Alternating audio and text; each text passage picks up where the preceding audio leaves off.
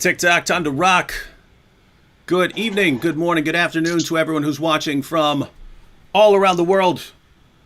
I'm your friendly neighborhood philosopher, David Wood, and with me now, as is very often the case, I have Sam Shamoun, the Assyrian encyclopedia himself. How's it going, Sam? Surviving by the grace of the Lord Jesus Christ, my brother. And also, for the first time on this live stream, we have Ehteshaam. And Ehteshaam, why don't you go ahead, for people who aren't familiar with you, go ahead and tell us a little bit about yourself, and tell us a little bit about your channel and stuff for people who might be interested. My name is Ehteshaam Gulam. I've been a Muslim apologist for more than 10 years now. I've been in 2 debates. I don't even consider that James White thing a debate. I don't know what that was, but I've been in 2 debates, one with you, one with Mary Jo Sharp back 11 years ago.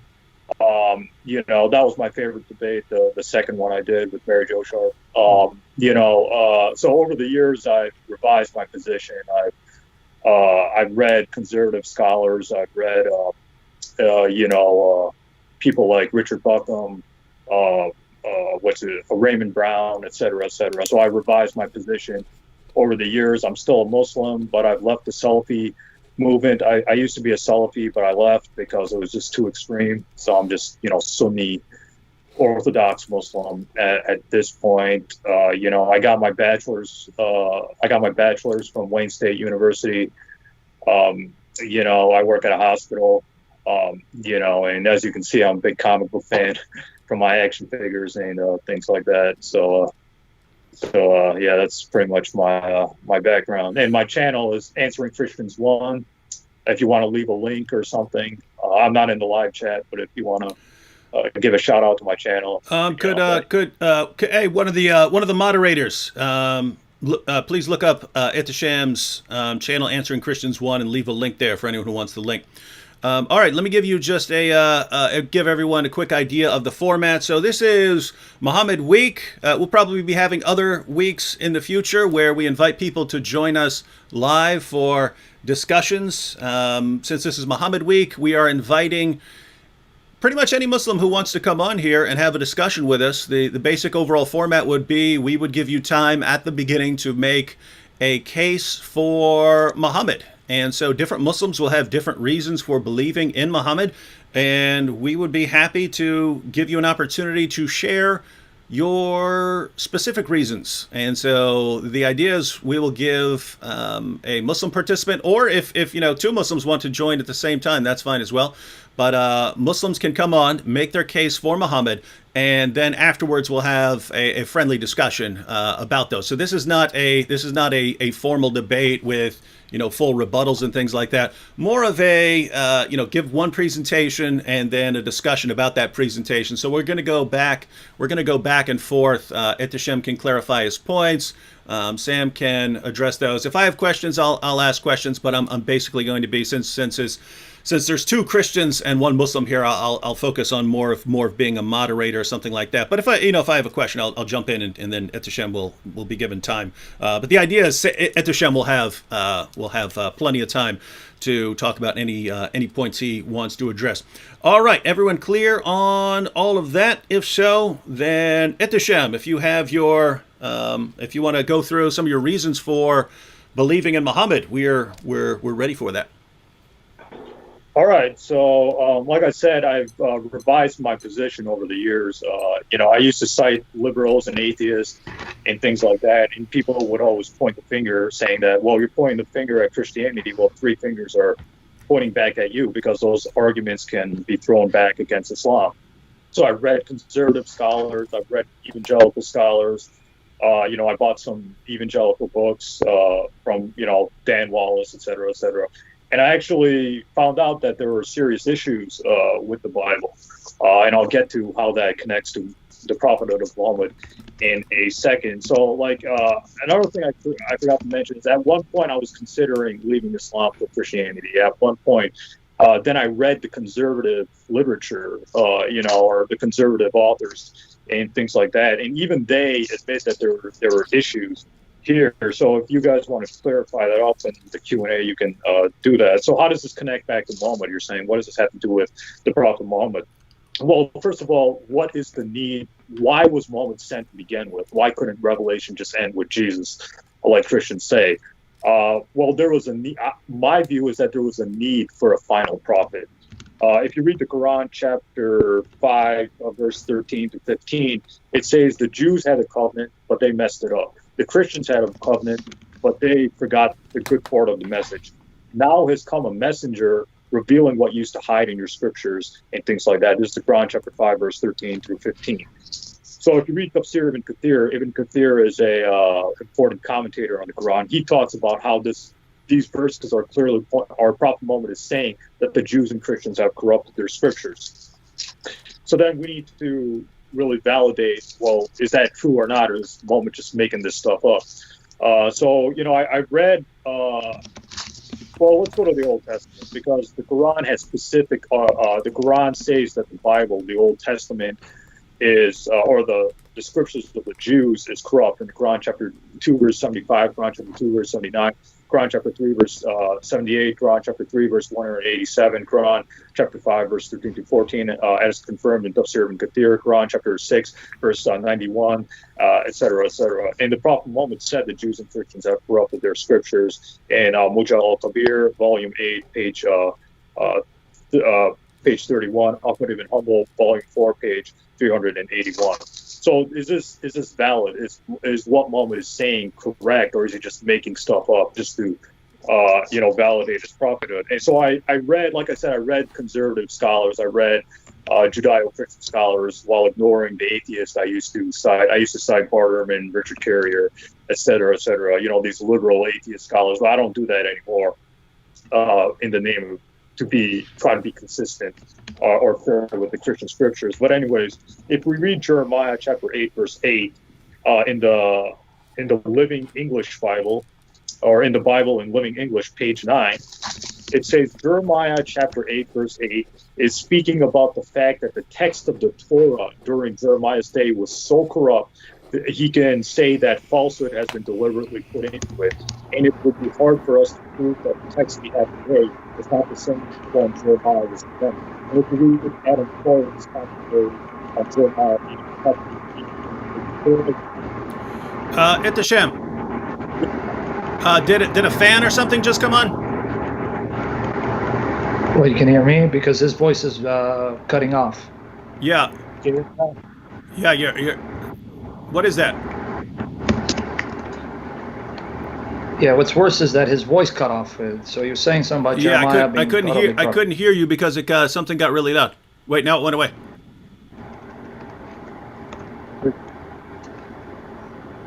It sounds like a loud fan or air conditioner or something came on. Yeah, no, hold on. It's mine. I want to turn off, but his mic cut off when he was talking. So I wanted to turn off, but hold on. Yeah, turn yours off, Sam, just so I can see what the noise is.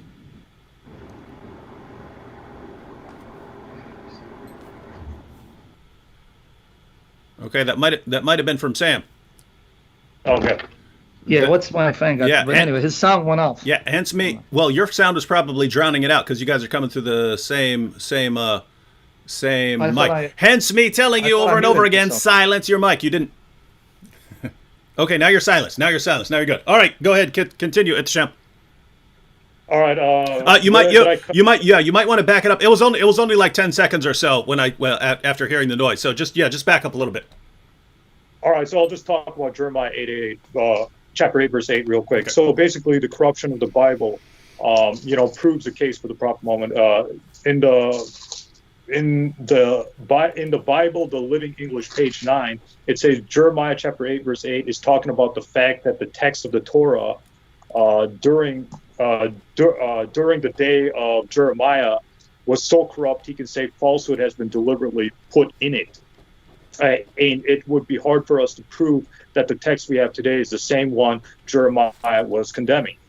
So basically, Adam Clark's commentary also confirms this. Adam Clark was a Protestant scholar and things like that. So basically, Judeo-Christian scholars are saying that Jeremiah chapter 8, verse 8 is talking about the corruption of the Torah, corruption of previous books. So this validates Muhammad's claim that the Bible is corrupt and things like that.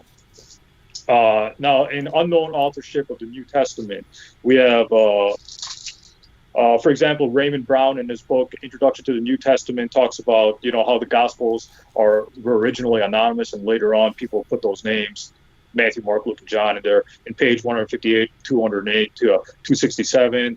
Again, Craig L. Blomberg says that the Gospels are anonymous and of unknown authorship. In Lee Strobel, The Case for Christ, page 23. The Oxford Annotated Bible, page 2113, the authorship of Hebrews is anonymous. 1 John is anonymously attributed on page 2137, et cetera, et cetera. And Bruce Metzger in his book, The New Testament, its corruption, its transmission, corruption, and restoration, says that, it talks about textual people adding things into the Bible, taking it out, like the whole Gospel of Mark, chapter 16, verse 9 through 20, and things like that. So people were adding things, taking things out of the Bible. So I think this validates Muhammad's claim that the Bible is corrupted, or at least edited, because as Judeo-Christian scholars themselves are admitting this.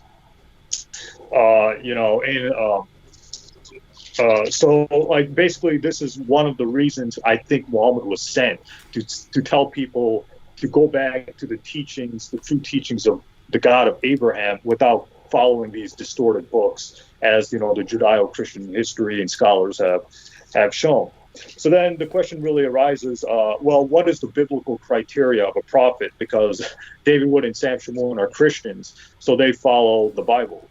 I'm guessing they're Protestant Christians, so they follow, the 66 books of the Bible, et cetera, et cetera. So what is the criteria of a prophet?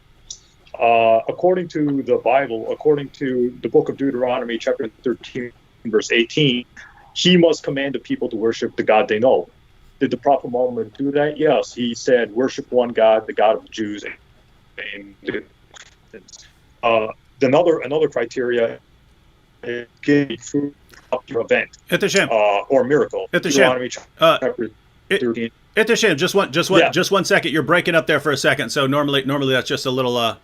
Go back to after you mentioned biblical criteria of a prophet. You started breaking up a little bit. Should be fine. There's normally just a breakups last a couple of seconds there. So just repeat that part and then move and then go ahead. You mentioned biblical criteria of a prophet, and then you started breaking up a little bit when you were going through your first point. So. Oh, okay. So the biblical criteria for a prophet is he must command the people to worship the God they know. Deuteronomy chapter 13, verse 18. The Prophet Muhammad did that. Give a true prophecy of a future event or miracle. Deuteronomy chapter 13, verse 18. Prophet Muhammad did that. Not claim to be the Messiah or Elijah. Gospel of John, the Prophet Muhammad did that. So again, we need to biblical criteria for a prophet, because there are a lot of Christians watching, and we're judging Muhammad from the Bible, at least for the sake of simplicity. So we need to look at what the Bible says, or judge Muhammad according to the Bible. So then, now, some might say Yahweh is the name of God, and Allah is not the name of God. But the problem is that it's not in the New Testament. It's replaced with the Greek word kurios. Kurios means Lord. So not even the Greek manuscripts of the New Testament say Yahweh or the Tetragrammaton. It's kurios. So if Christians want to say Muhammad's a false prophet because he didn't say Yahweh, well, the New Testament fails that very test. The New Testament does not say that word. It says simple as that. So some of the prophecies of Prophet Muhammad gave many prophecies. It's found in Sahih Bukhari, book 2, number 48, or Bukhari, book 50.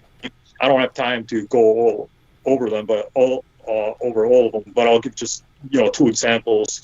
The Prophet Muhammad said that before the end of the world, there'll be Arabs building tall buildings, and we see this happening today in Bahrain, Saudi Arabia, Dubai. Sahih Bukhari, volume 1, book 2, page 48, Bukhari, book number 50, fire in the land of Hijaz, the Prophet Muhammad said that a fire will take place, towards the end of time, and it'll go all the way to Basra, which is modern day Iraq. And this prophecy actually did come true. Sahih Bukhari, Book 9, page 152, Hadith 7118. And then the miracles of Muhammad. What miracle? Ibn Kathir's biography, Prophet Muhammad healed people. Somebody was blind. The Prophet Muhammad healed them. Prophet Muhammad split the moon in half. And Sahih Bukhari 3637, Sahih Muslim 2802, Tirmidhi 3289, etc., etc. So we see that Prophet Muhammad did prophecies, he did miracles, etc.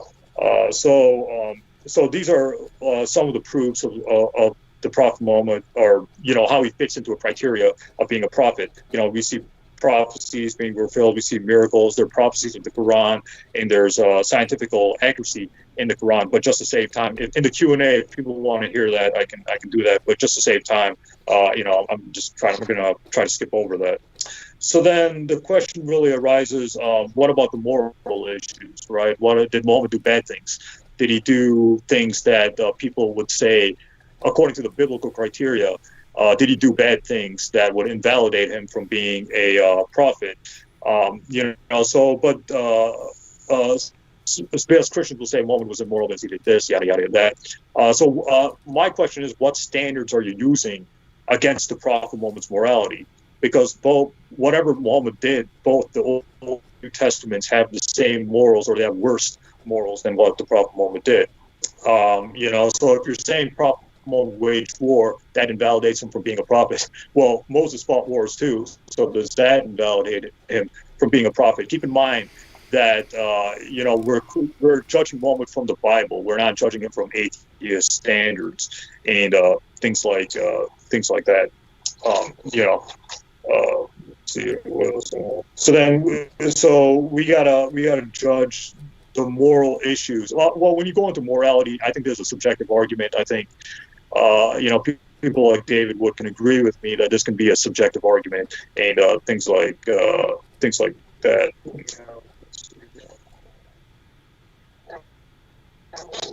Then what about, was Muhammad sincere in what he was doing? And I think he was.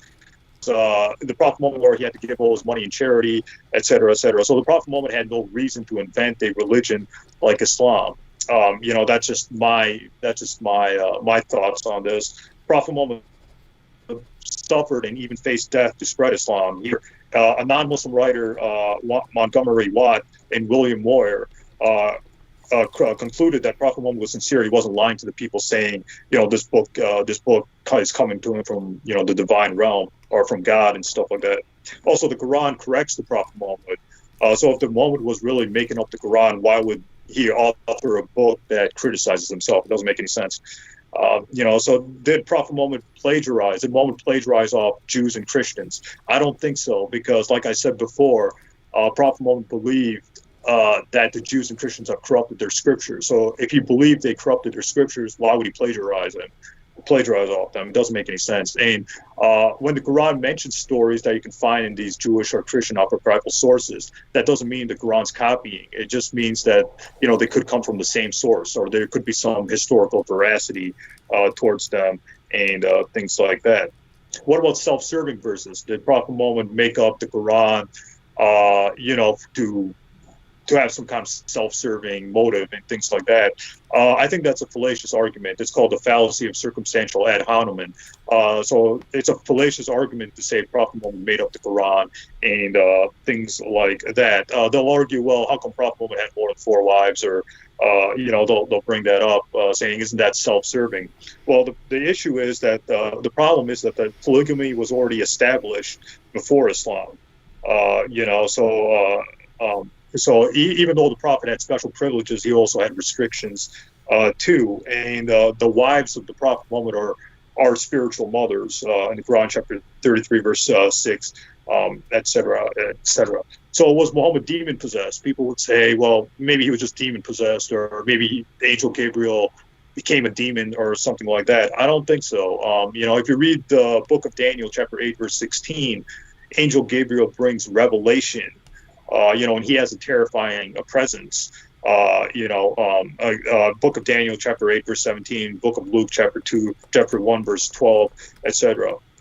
So what the Prophet Muhammad saw matches what the Bible says about angels bringing revelation and things like that. But critics will say, well, Muhammad thought he saw a demon in the cave, and doesn't that mean that he was demon possessed or tricked by Satan and things like that? I don't think so. I think that was the real angel Gabriel that he saw. Let's see here. What else I wanted to say? Ehteshaam, it's been about 16 minutes, but we had a couple minutes of technical difficulties, but I think we're clearly over 10. So if you want to just give a kind of final statement right now on this, and then we'll jump into a discussion. All right. So the sources of the Prophet Muhammad. Let me just talk about that. A lot of critics will use Ibn Ishaq, al-Waqidi, Ibn Sa'd, al-Tabari. The problem is none of those sources are reliable. Ibn Ishaq is not reliable, as Ahmad ibn Hanbal and Imam Malik have said that Ibn Ishaq is careless in compiling his information. In fact, I have Ibn Ishaq's book right here, and in the beginning of the book, there are scholars who say why it's not authentic. So this is mainly not authentic book. I don't know if people can see that or not. Al-Waqidi was also known to be a liar by Muslim scholars. Ibn Sa'd was a weak source. Al-Tabari, volume 6 to volume 9, talks about the life of the Prophet Muhammad. The problem is Al-Tabari warns people those books are filled with weak and authentic narrations. And Al-Tabari, volume 1, page 170 to 171. So you might be saying, what is the authentic biography? It's Ibn Ehteshaam, volume 1 to volume 6, and then we have Hadith, Bukhari, Sahih Bukhari, Sahih Muslim, Abu Dawud, Ibn Majah, Tirmidhi, etc. Then we have Hadith commentaries that the critics don't use.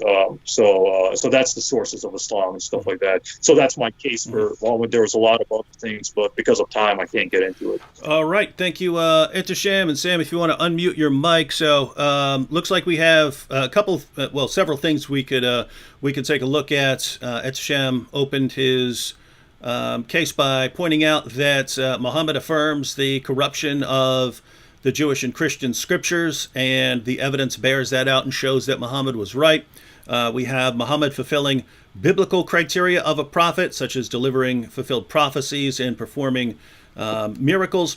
We have the scientific accuracy of the Quran. Ehteshaam didn't go into detail, but he said he could if people want to in the chat.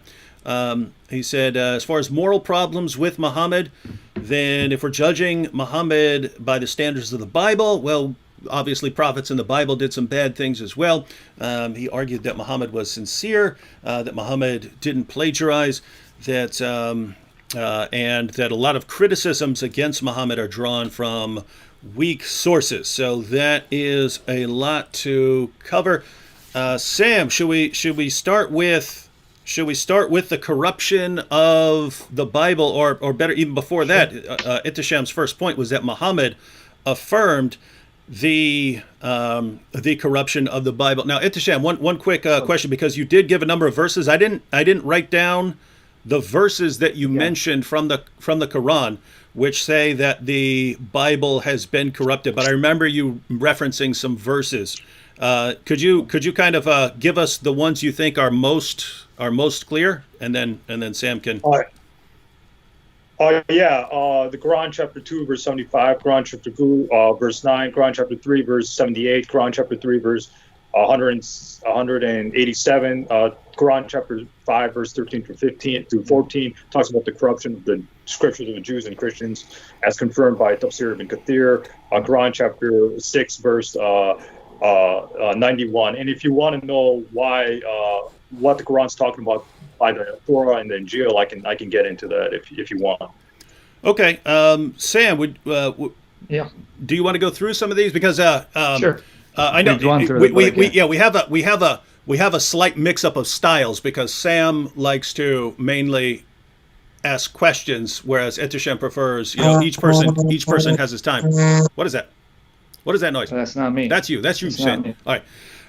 So anyway, there's Sam normally prefers pressing questions, and Ehteshaam prefers kind of just going back and forth, making points. So Sam, yes. Oh, that was me. Sorry, that was me. That was my phone. Okay, that's fine. I don't. That's I can't recall many shows I've live streams I've done where there's not some sort of technical difficulties. But yeah, there's often beeping and buzzing and things like that from various devices. All right, Sam, on the issue of what the Quran says about the Bible, go ahead and share your thoughts. And if you want me to pull up any verses for you, I can. Other than that, I'll probably stay out of it. Yeah. Notice what he did here. He says that Muhammad confirms the corruption of Scripture, but then he appealed to the Bible to prove that Muhammad is a prophet. Classic case of circular reasoning. Did you guys hear what he said? Yeah, Muhammad confirmed that the Bible's corrupt, and he quoted certain evangelical scholars out of context. He quoted Craig Blomberg out of context, and I'm going to press him on that to quote Blomberg in context. So make sure you have his book ready with the page number so we can read in context what Blomberg actually said. But guys, hear it. This is the beauty of Islamic apologetics. Muhammad confirms the Bible's corrupt, and Muhammad is a prophet because he fulfills biblical criteria for prophethood. So a corrupt Bible confirms that Muhammad is a true prophet, who then confirms that the Bible is corrupt. Masterful. I mean, honestly, I think this was going to convince many people to take Shahada. But every passage that you quoted from the Quran was misquoted. None of those passages, and this is why I want to engage you, say that Muhammad taught the Bible is corrupt. Now, I'm going to just go to chapter 2 of the Quran, and I want you to write these down, Ehteshaam, because these are the verses from the same chapter, chapter 2, that you're going to have to address in context because you misquoted 275. You took it out of context. Write down chapter 2, verses 40 to 44. So I'm going to repeat it again. Chapter 2, verses 40 to 44. Chapter 2, verse 89, 91. Chapter 2, verse 89, 91. Chapter 2, verse 97. Chapter 2, verse 101. Chapter 2, verse 113. Chapter 2, verse 136. And that's just in chapter 2. Again, you misquoted chapter 3, verse 78 of the Quran. You wrenched it out of context, as well as chapter 3, verse 187. So here I'm going to ask you to write down chapter 3, verses 3 and 4. Write these down because we're going to have to engage these texts. Your own Quran, which you quoted out of context to make it say something it didn't. Chapter 3 of the Quran, verses 3 to 4. Write that down. Chapter 3, verse 48. Chapter 3, verse 50. Chapter 3, verse 48. Chapter 3, verse 50. Write that down.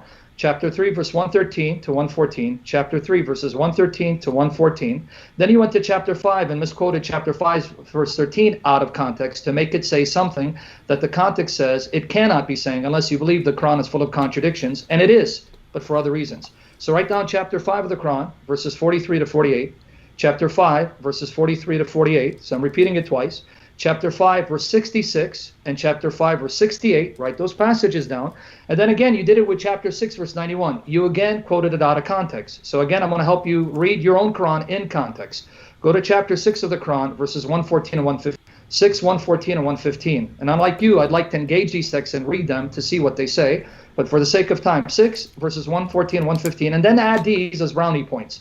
Chapter 10, verse 37 of the Quran. Chapter 10, verse 37 of the Quran. Chapter 10, verse 94 of the Quran. Chapter 12, verse 111 of the Quran. Add that, chapter 12, verse 111 of the Quran. Then add chapter 15, verse 9 of the Quran. Chapter 15, verse 9. Cross-reference that with chapter 16, verse 43 of the Quran. Chapter 16, verse 43 of the Quran. And chapter 21, verse 7 of the Quran. And then icing on the cake, chapter 46, verse 12, and verse 30 of the Quran. Chapter 46, verse 12, verse 30 of the Quran. All of which say that one of the proofs that your prophet was a true prophet, it's not that he confirmed the Bible was corrupt. He actually confirmed the Bible is incorruptible, that the scriptures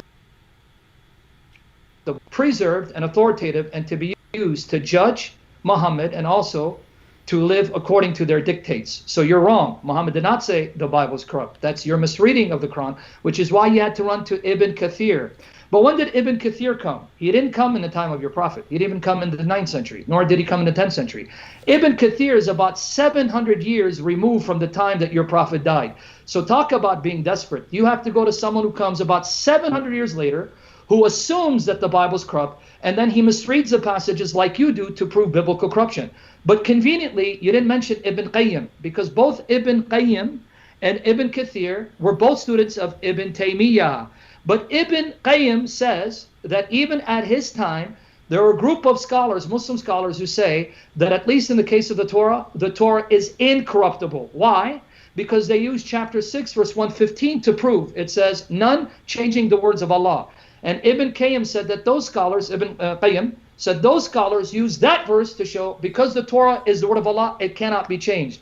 Those same scholars, Muslim scholars, at the same time, contemporary with Ibn Kathir, quoted this hadith from Abu Dawood. Abu Dawood, in the English it's number 44, verse 34, narrated Abdullah ibn Umar, a group of Jews came and invited the Apostle of Allah to Kuf. So he visited them in their school. They said, Abu Qasim, one of our men has committed fornication with a woman, so pronounce judgment upon them. They placed a cushion for the Apostle of Allah, who sat on it and said, bring the Torah. It was then brought, their copy of the Torah. He took it and he says, he then withdrew the cushion from beneath him, placed the Torah on it, said, I believe in you and him who revealed you. Ibn Qayyim, not me, not David Wood, said, the scholars of Islam, the scholars of Islam. I hear somebody talking. Who's talking? I'm sorry. Yeah, it's not. Please don't talk over me. I didn't do that with you, Ehteshaam. All right. Anyway, listen. The scholars of Islam said he would not have said, I believe in the Torah, and in him who revealed it, it was corrupted. So you selectively cite those scholars that agree with you, but then you ignore the scholars who refute you. And the scholars I cite that refute you, they're right because the Quran agrees. The Bible is incorruptible, and it is the standard to judge Muhammad. And you even implicitly agreed. Why? Because you went to the biblical criteria to prove he's a prophet. Why would you if you're not assuming that Muhammad has to live up to the criteria of the biblical revelation, but he fails miserably? Because why does he fail? I'm going to use the very passages you cite against you. You mentioned Deuteronomy 13. You said that a criteria, one of the criteria to prove that someone is a prophet, he must preach the same God. Sorry to burst your bubble, Muhammad did not preach the same God of Deuteronomy, which is why you're now going to say it's corrupt. But when you say it's corrupt, you prove my point. Muhammad is a false prophet, which is why you have to argue biblical corruption. Because in Deuteronomy chapter 14, verse 1, it says that the Israelites are the sons of God. Deuteronomy 14, verse 1. In Deuteronomy chapter 32, verse 6, it says that God is their spiritual father who spiritually begot them. And Deuteronomy 32, 18 to 20 says that he is the rock that gave them birth spiritually, not physically, because God is not a physical being. And they are his sons and daughters who proved perverse. The same Pentateuch, because Deuteronomy is part of the collection called Pentateuch. In Exodus 4, verse 22, it says that Israel is my firstborn. Let my son go to worship me. And if you don't let my firstborn go, I'll kill your firstborn. God speaking through Moses to Pharaoh. So according to that very book, the God of Moses is a spiritual father to the Israelites. The Israelites are his sons and daughters that he gave birth spiritually to. But your prophet, your Muhammad, in chapter 5, verse 18 says, the Jews are not the sons of Allah, neither are the Christians. Your prophet, your Muhammad, said that no one is a son to Allah. The highest relationship they can have with your God is a slave to master relationship. Chapter 19, verses 88 to 93. So the very Deuteronomy 13 you cited, so you can't now backpedal, condemns Muhammad as a false prophet, as an antichrist. And then you had the audacity to go to John 1. My goodness, you went to John 1 saying another criteria to prove that a prophet is a true prophet. He denies that he's Elijah, and he denies he's the Christ. That is a gross perversion of John 1:19 to 25. There is no criterion given in John 1:19 to 25. What it's saying is to John the Baptist, are you the Elijah? No. Are you the Christ? No. Are you the prophet? No. That's all it's saying. But it's ironic you use John 1. Now you're stuck with it, Ehteshaam. You better not backpedal and tell me it's corrupt. Because that's the same John where John the Baptist says that Jesus Christ is the Lamb of God who takes away the sin of the world, that Jesus Christ is the Son of God who's before me and greater than I, who baptizes with the Holy Spirit, and that Jesus Christ is the Jehovah of Isaiah chapter 40, verse 3, all of which you deny and the prophet denied. So according to John 1, Muhammad is a false prophet and antichrist condemned to the pit of hell, according to John 1. You quoted it.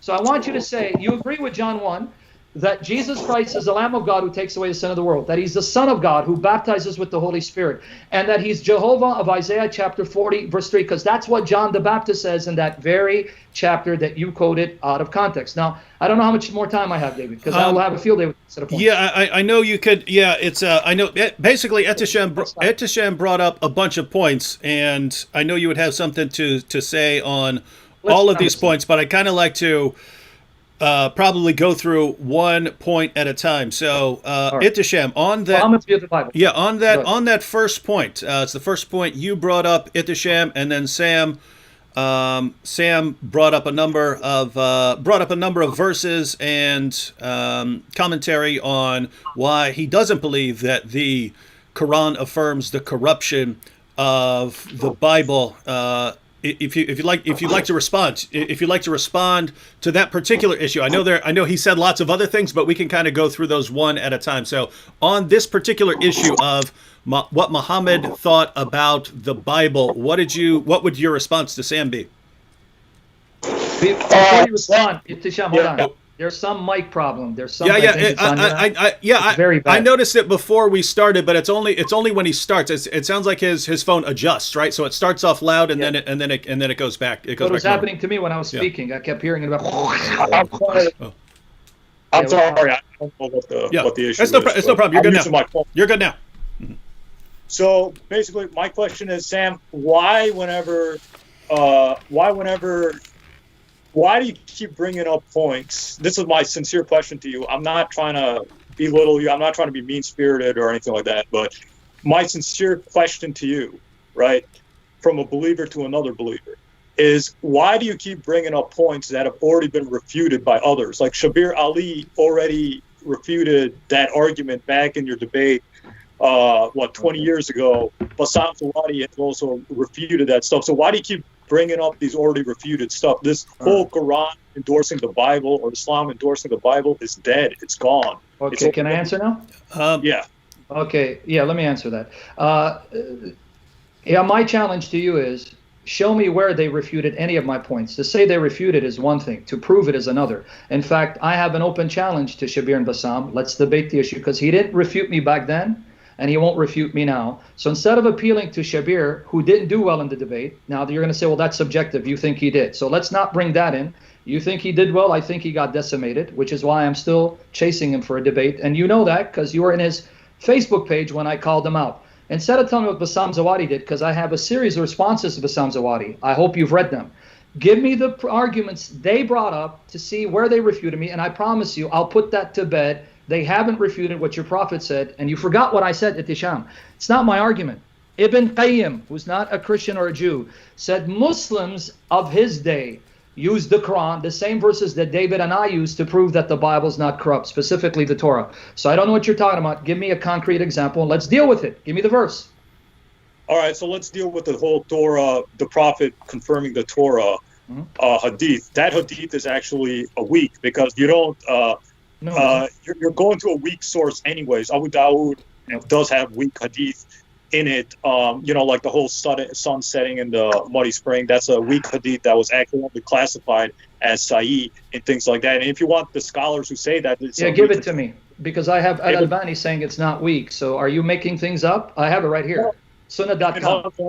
Well, let me make my comment. Ehteshaam, let me make my comment. On Sunnah.com, it gives the grading. It's not da'if.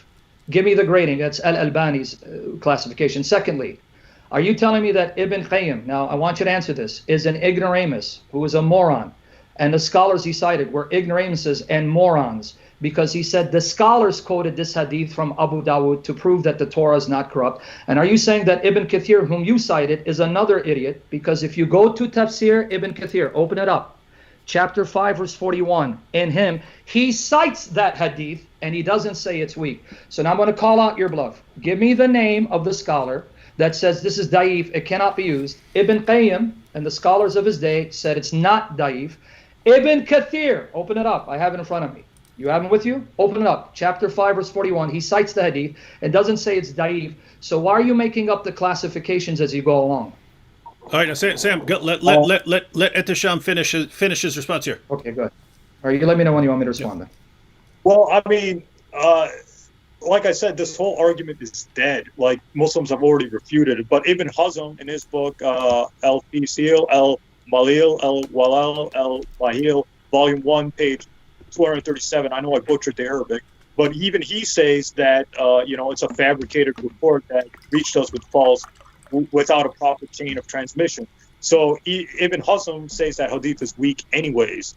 So even if you want to keep arguing it's authentic or whatever, according to Ibn Hajar, whom, I know, it's saying it refers to the original Torah that was revealed to Moses. That's not the Old Testament. That's some revealed scripture revealed to Moses. So, so scholars have different interpretations of that hadith. It doesn't mean what you want it to mean. It's not even authentic according to some Muslim scholars anyways. So, All right. Do you want me to address it now? I just wanted to clarify. I just wanted to clarify because there are viewers who don't know what you guys are talking about right now. So to be clear, you're talking about the hadith from Sunan Abu Dawud right now, from the one that where Yes. Muhammad tells the Jews to bring him a copy of the Torah. Is that you're both addressing that one, right? Okay. Yeah. So everyone, just Okay, let me and I have here's the link, just let me tell people what that hadith is about, and then they can understand what the dispute is about. In that hadith, the Jews are having a dispute about they want Muhammad to judge a dispute they're having. Muhammad tells them to bring a copy of the Torah, and then Muhammad sits on a kind of judgment cushion that signifies that he's the judge in the dispute. So he tells the judge to bring he tells the Jews to bring a Torah. The Jews bring him a copy of the Torah, and Muhammad says, "I believe in you and in the one who revealed you," after putting the Torah on the judgment cushion. So the suggestion is that the Torah is their actual judge, and so the perspective of people who say that Muhammad affirmed the reliability of the Jewish scriptures is that, well, Muhammad said he believes in the Torah there, and he's talking about a physical copy that existed during the time of the 7th century. And so the criticism would be, well, what's he really talking about there? Is he just affirming the Torah, or is he affirming the entire Old Testament? And then, in addition to that, is that hadith reliable? So is that a real situation that Muhammad actually said that in? And that's kind of the issue. That's the issue they're discussing. I just wanted people to understand what you guys are talking about right now. Okay. Now, can I address him? Yeah. Okay, guys, I just gave you the classification. Sunnah.com. It's not run by Christians or Jews. The grade of this hadith, you can go to sunnah.com /Abu Dawud /40 /99. I'll give you the link and we'll put in the description box because I can't post links right now. Grade Hassan al-Albani. If you guys don't know who al-Albani is, Muslim scholars, specifically the Salafi, consider him to be one of the greatest scholars of the 20th century. Sheikh al-Albani. Hassan, that means it's good. It's not daif. Even daif doesn't mean it's not true, because then I'm going to have to talk about the classification, how even Sunni scholars say daif means passing. It's pass, but this is Hassan. That's number one. Number two, Ibn Kathir, whom you cited Ibn Kathir. Open up to his exposition of chapter 5, verse 41. I have him. It's in my articles that you claim was refuted. Far from it. They failed to refute anything. Glory to Jesus Christ. 541, Ibn Kathir cites the same hadith to explain the context of chapter 5, Surah Al-Ma'idah, when the Jews came to him for judgment. And he doesn't say it's forged or it's weak.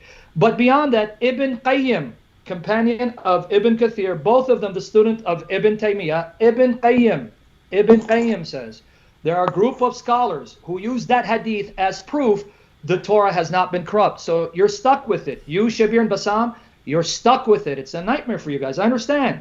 But come on over to the truth and reject Islam and accept Jesus as your Lord and Savior. But let's go beyond that. You just told everyone that it's referring to the original Torah given to Moses. No, the hadith is talking about the copy of the Torah in the hands of the Jews. He said, bring me your Torah.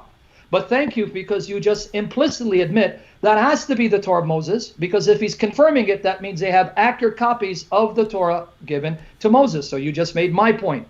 But finally, and here's my challenge to you, Ehteshaam, open up your Quran. Show me a sentence in your Quran where it says the Torah was given to Moses. Let me repeat my challenge.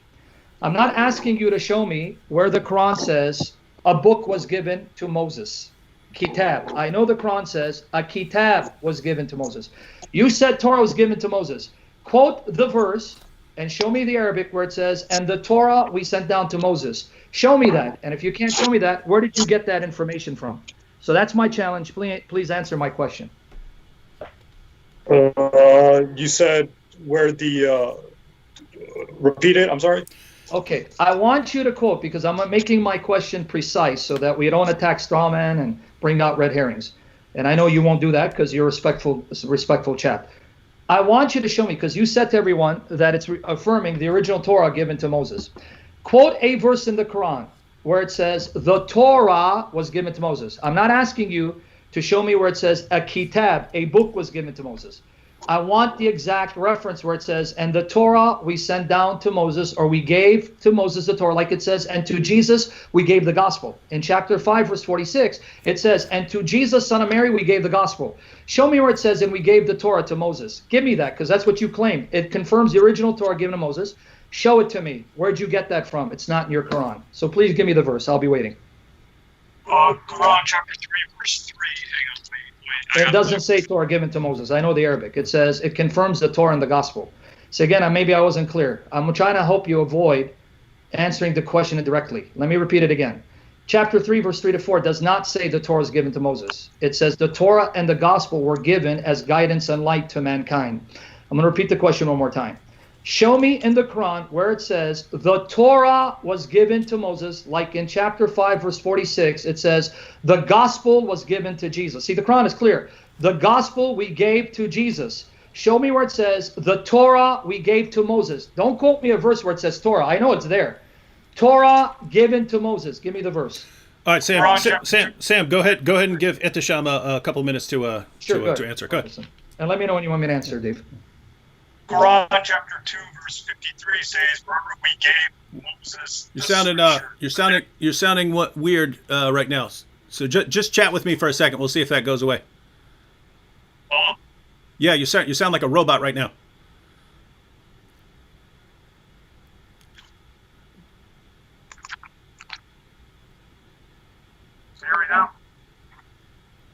Nope, sounds. We hear you. You just sound like a robot voice. Well, just go ahead and talk. Get a little closer to your phone. We'll see if it goes away. All right. Quran chapter 2, verse 53 says, "We gave Moses the scripture." Can you hear me? No, the sound is bad. Can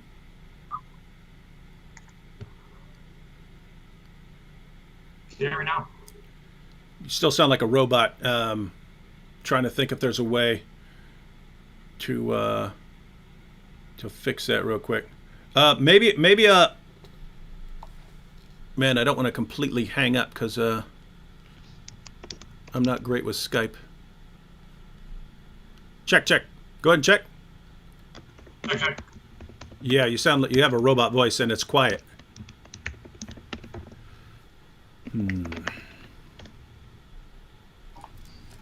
Can he call back in or something or no? Yeah, Ehteshaam, why don't you try hanging up and calling right back, and we'll see if that fixes it. That it usually does. If there's a yeah, just end call and then try calling right back.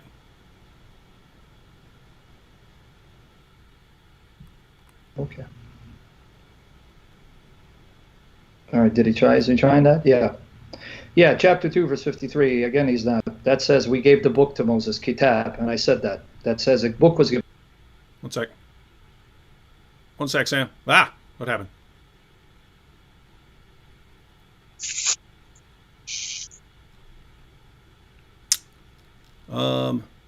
Ehteshaam, you there? The sound is still bad.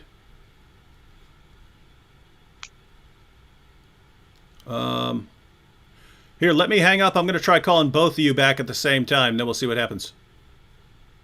All right.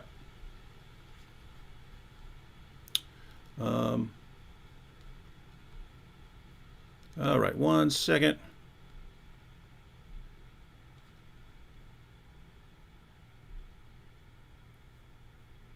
Can you hear me? I hear you. Yeah, you should see me now. Okay, I'm all right. So good. Yeah, we see you. I'm trying to get Ehteshaam in there. Yeah. Sorry, guys. Technical difficulties. Sorry about that.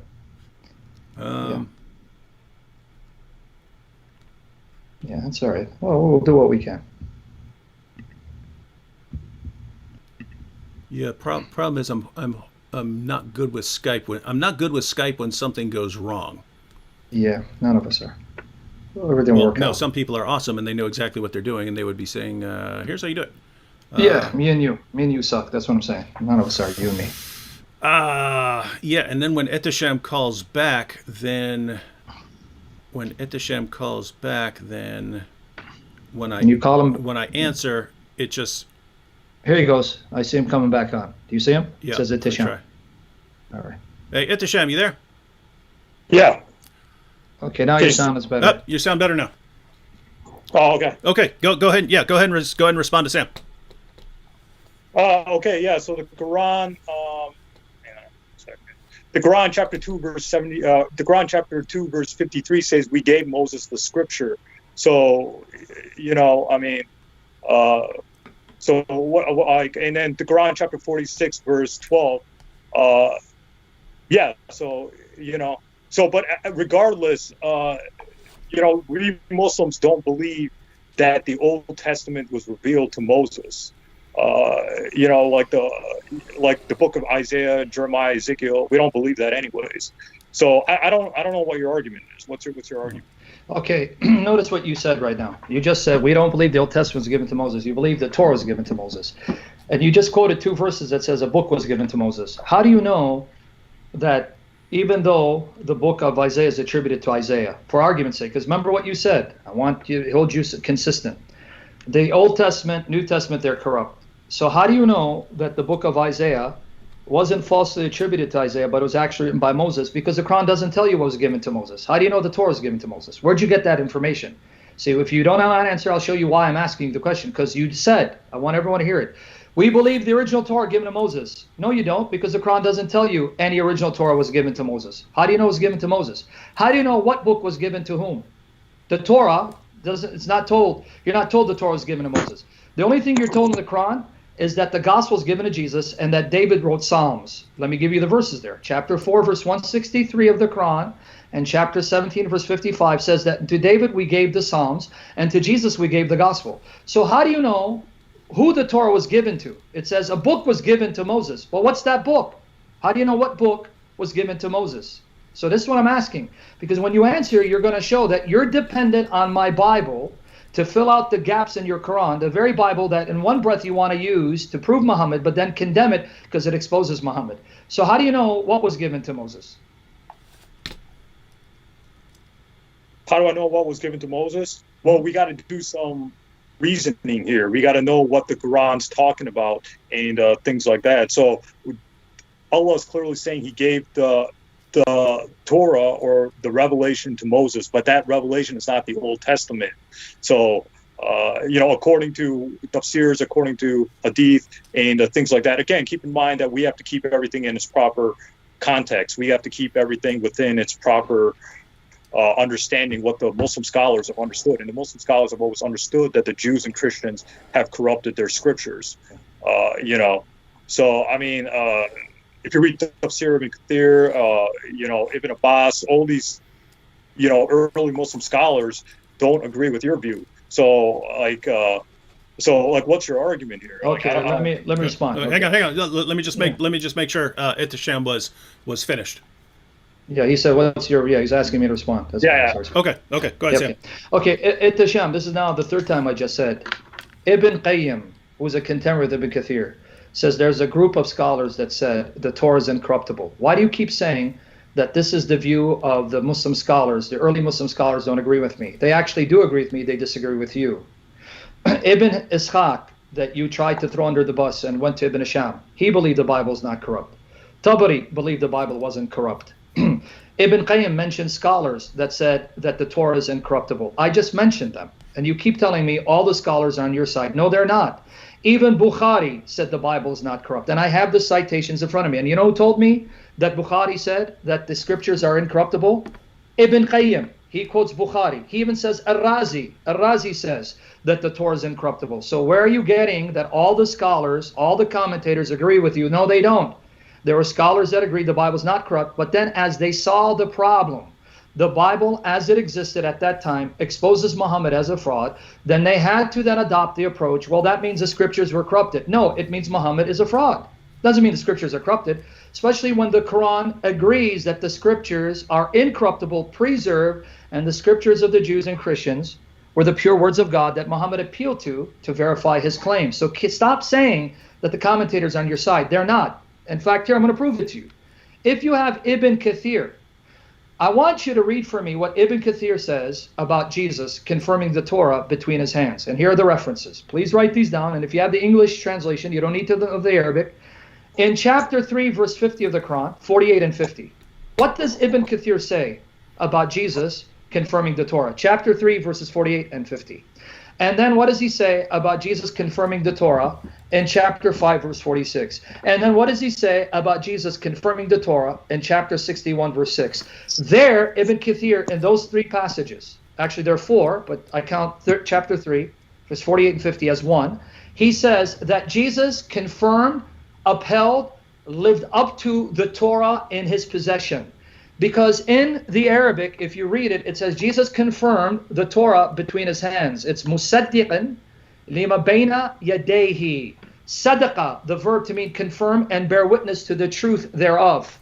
Between his hands, bayna yadayhi. So that's an Arabic idiomatic expression meaning the Torah that he had access to and read. So Ibn Kathir, the one you're quoting, tells me the historical Jesus confirmed the Torah in his possession and didn't say a single word about its being corrupt. Now, Ehteshaam, I'm going to challenge you. Give me a single manuscript or any textual proof that the Torah that Jesus confirmed, it is so vastly different from the Torah we read and the Torah the Jews had that Muhammad confirmed. Show me that it's completely different. It isn't virtually the same that I have today. And please, Ehteshaam, do me a favor. Don't appeal to variant readings, because you know the crisis in Islam now with all the qiraat, all the variant readings, and all the corruption to the Quranic manuscripts. So please don't go there with the variant readings. Save us the time from having to go into the corruption of the Quran, because it's not going to go well. Let's stick with this. Is there any manuscript proof that Jesus confirmed an Old Testament other than what I read today? What's the proof? Notice how, like Ibn Abbas says, Jesus was taught the Torah in the womb. In his womb, he wasn't confirming a physical copy, according to Ibn Abbas's view. So regardless, we follow the Prophet Muhammad. I mean, we follow like what the Salaf, the first three generations say, and all of them agree with my view that the Torah and the Gospel is corrupt. So I mean, even the Prophet Muhammad himself, I just said that hadith that the Prophet Muhammad said that the Jews and Christians have corrupted the scriptures, and the Quran says follow the Prophet Muhammad. So why are you going to, why are you going to Jesus when we follow the Prophet Muhammad? Maybe I wasn't clear, Ehteshaam. Let me try it again. I'm sorry, because I speak fast. He's asking me. I'm sorry, dude. I'm not coming up because he's asking me. That's why I'm trying. Okay. Maybe I wasn't clear. Nothing in what you cited from Ibn Abbas says that Jesus confirmed a Torah that God taught him directly in the womb and not the physical copy. Let me repeat it again. Chapter 3, verses 48 and 50. He says to the Jews, chapter 3, verses 48 and 50, specifically verse 50, and he says, supposedly Jesus saying, because you believe in Jesus, speaks in the Quran. You believe that. You believe that's Jesus speaking in the Quran. I don't, but since you believe it, in chapter 3, verse 50 and 61, verse 6, Jesus speaking to the Jews, he says, I confirm the Torah between my hands. So you're actually seriously wanting us to believe, that Jesus was saying, hey, I'm conferring some Torah that I memorized in the womb, but not the Torah that you have.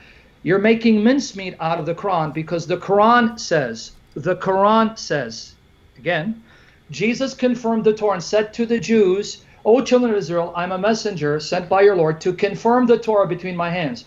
To the Jews hearing Jesus, they're going to say, oh, you mean the Torah that we have, right? You're confirming that? Can you show me where in the Quran Jesus says, no. I'm not confirming your Torah. I'm confirming the one taught to me while I was in the womb, but not what you have. You're reading too much into Ibn Abbas, and you're reading out of the Quran what the Quran plainly teaches. He was confirming whatever Torah they had that the Jews were reading. And then moreover, nowhere did Muhammad say that the scriptures are corrupt. You still didn't give me a verse. You misinterpreted what Muhammad said. And then you said that the first three generations agreed with you. No, they didn't. Wahab bin Munabbih, he is a follower of the Sahaba. Wahab bin Munabbih, in the very verse you have referred to. Please prove me wrong. I've been challenging you. Open up Ibn Kathir.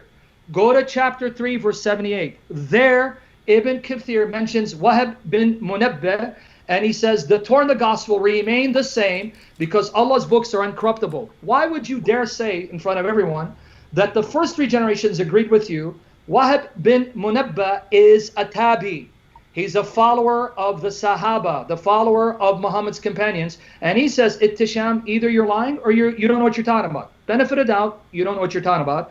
He says, Torah and the Gospel remain as they are because Allah's books are incorruptible. They misinterpret them. So now I'm still waiting the proof. Show me where Muhammad said, you Jews and Christians, your scriptures, the texts have been corrupted. Not that you've corrupted them with your tongue, because that's what 378 says. I'm still waiting for the proof. Give me your proof. The reason why the Quran talks about the Torah and the Gospel is because there are prophecies of Prophet Muhammad in the Torah and the Gospel. It doesn't mean the whole Torah and the Gospel is preserved or whatever. They're just talking about prophecies of Prophet Muhammad. So the real argument the Quran is saying is follow the Prophet Muhammad because according to Islam, the Torah and the Injil prophesies Prophet Muhammad. The Quran's not confirming all of the Torah and the Gospel. It's saying the prophecies found in the Torah and the Gospel and the original Injil and the Torah talk about the coming of Muhammad. So Jews and Christians have to follow Prophet Muhammad according to Quran chapter 5 verse 48 and things like that. But again, like what's your argument? You would have to prove that the Bible's reliable, other than just pointing the finger at our scripture saying, yeah, the Quran confirms the Bible. You have to prove the Bible is correct and authoritative and true to begin with. So if you're just saying the Quran confirms the Bible, you need to prove that the Bible is, the word of God to begin with. So what's your argument? I don't get your argument. Well, I don't get this argument. One second, just to clarify, because there are, for Sam to defend Christianity, it seems like he would have to show that the Bible is reliable. But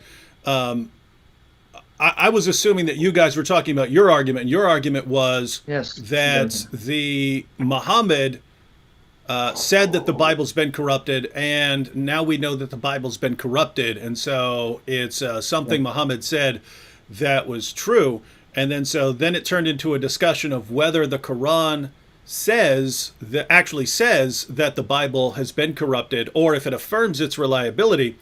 And it looks like, yes, if the Quran were saying that the Bible has been corrupted, then in order to refute that claim, it seems like you would have to show that the Bible hasn't been corrupted. But if the Quran actually doesn't say that, and the Quran actually says that the Bible is the inspired, preserved, authoritative word of God, then it doesn't matter whether the Bible is corrupt or not. If the Bible's reliable, then Islam's got a problem because the Bible says things that go against Islam.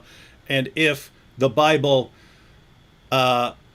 isn't reliable, then it's still a problem for Islam because the Quran would then be affirming a Bible that's unreliable. So I'm not putting my foot down on any position there because I'm focusing on just moderating. But yeah. And so, can I add? No, I know. No. I just that was to point out, to give Ehteshaam an opportunity to clarify what does Sam need to show that the Bible is reliable in order to do. As far as your argument, because this was about you giving your case for Muhammad, and you use this as a point for the reliability of Muhammad. Yeah. Did you want me to answer your question? Okay. No, let him. We can. We can go into other issues, or we can stick with this. It doesn't really matter. But all I'm saying is that if you read Tafsir ibn Kathir, if you read Tafsir ibn Abbas, read Tafsir al-Tabari, and things like that, it's talking about prophecies of prophets. So the real argument is that the Quran is saying that they're prophecies of Prophet Muhammad, and that the Jews and Christians have to follow the Prophet Muhammad because their scripture is pointing to the Prophet Muhammad. Now, whether that claim is true or not, that's a separate debate or discussion or whatever. But the Quran's really saying the Bible is pointing to Muhammad. The Torah and the Injil is pointing to Muhammad. So the real argument the Quran is saying is that follow the Prophet Muhammad because according to your own scriptures, according to the Quran chapter 10, verse 94, the verse you just cited, it says, if you read the commentaries, Tafsir ibn Kathir, Tafsir ibn Abbas and stuff, it's saying they're prophecies of Prophet Muhammad. In the Quran chapter 10, verse 94, it's saying ask the people. It's not saying believe them, it's saying ask them because they're prophecies of Prophet Muhammad, according to al-Tabari and things like that. But again, this isn't a good argument. I don't understand why this argument is being put, but we can talk about other things. But the reason why I appeal to the Bible is because I'm talking to a Judeo-Christian audience. I'm guessing most of the people are Christian. So that's why I'm using the Bible to show, according to the Bible, Christians can't reject the Prophet Muhammad because the Prophet Muhammad fulfilled all the criteria. Now, if you want to talk about crucifixion, resurrection, deity of Christ, we can do that too. Okay. You know, that's not a problem. Yeah. Before you do that, we're sticking on Muhammad. Yeah. Now you made an assertion. Let me address that now. You notice what you said before David said something. I'm glad this is recorded. You first said that the Quran is not confirming the Torah and the Gospel in totality, only the prophecies, and it's referring to the original Torah, the original Gospel that had prophecies of Muhammad. So you want to have your cake and eat it too. If you're saying that what the Quran is confirming are the prophecies of Muhammad in the Torah and the Gospel, then it's referring to Muhammad's contemporaries. That means those prophecies are there. But then you said, and it's recorded, Ehteshaam, I want you to go back and listen to yourself.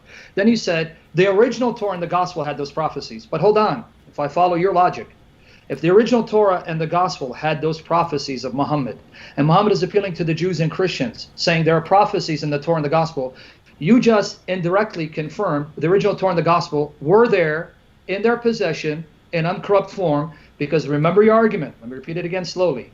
The original Torah and the Gospel had prophecies of Muhammad. So when Muhammad is pointing to the Torah and the Gospel of his day in the hands of the Jews and Christians, he's referring to those prophecies in them. How could those prophecies be in them if the original Torah and the Gospel were not still extant, preserved in their possession? So you actually ended up making my point.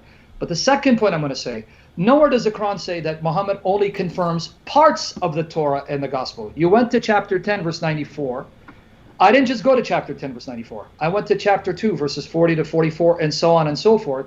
And the argument that Muhammad is repeatedly making is, you know I'm a prophet because the book I'm sent with confirm what you have. What you have is the very revelation of God. I agree it's the word of God. My book, my theology, me, we all agree with it except me. And so then the Jews are saying, but hold on. You're saying God is not our Father spiritually. You're saying we're not the children of God. You're also ordering things that contradict the Torah. So if you are right that our scriptures are the very pure, uncorrupt words of God, and you confirm them, but then you contradict them, that means all the more proof you don't know what you're talking about. You're a false prophet. So that's not Muhammad's argument. That's your argument. You're reading into Muhammad what Muhammad did not say. But then thirdly, you just said you're appealing to a Judeo-Christian audience, which is why you're going to the Bible. That's exactly why I'm appealing to the Quran, because you're a Muslim. You're bound to the Quran. You're shackled to the Quran. So that means whatever the Quran says about the Bible, you have to accept, because if you reject it, then you're going to be the Islamic version of Bart Ehrman. Bart Ehrman argued himself out of the Christian faith because of the variant readings of the New Testament. So now you become the Islamic Bart Ehrman. You know what? The Quran is full of variant readings. It's corrupt. It's not perfectly preserved. And it confirms the Bible and yet contradicts the Bible. I'm done with Muhammad. Then I won't appeal to the Quran anymore. Then I will treat you like a secular agnostic or atheist and use the very criteria that a secular agnostic or atheist would use to determine whether something is historically true and verifiable. But you're not. You're a Muslim, so you're stuck with Muhammad's testimony. And you kept saying Ibn Kathir. Let me make this the final point, and we can talk about the other claims that you brought up. Muhammad's prophecies as proof of his prophethood. Anything but. Here's what Ibn Kathir says. This is his commentary, his exposition of chapter 3, verse 78. His commentary, his exposition of chapter 3, verse 78, which you referred to. Remember in your opening statement? Chapter 3, verse 78 with chapter 3, verse 187 confirm the Bible's corrupt. Let me read what he says. Okay. Mujahid. And by the way, for the record, I'm not denying. Just I don't want people to misrepresent me. I'm not denying that Ibn Kathir claims the Bible's corrupt. But he comes 700 years later when he's narrating the views of the Salaf, the companions of Muhammad and their followers. They have something different to say. Here it is.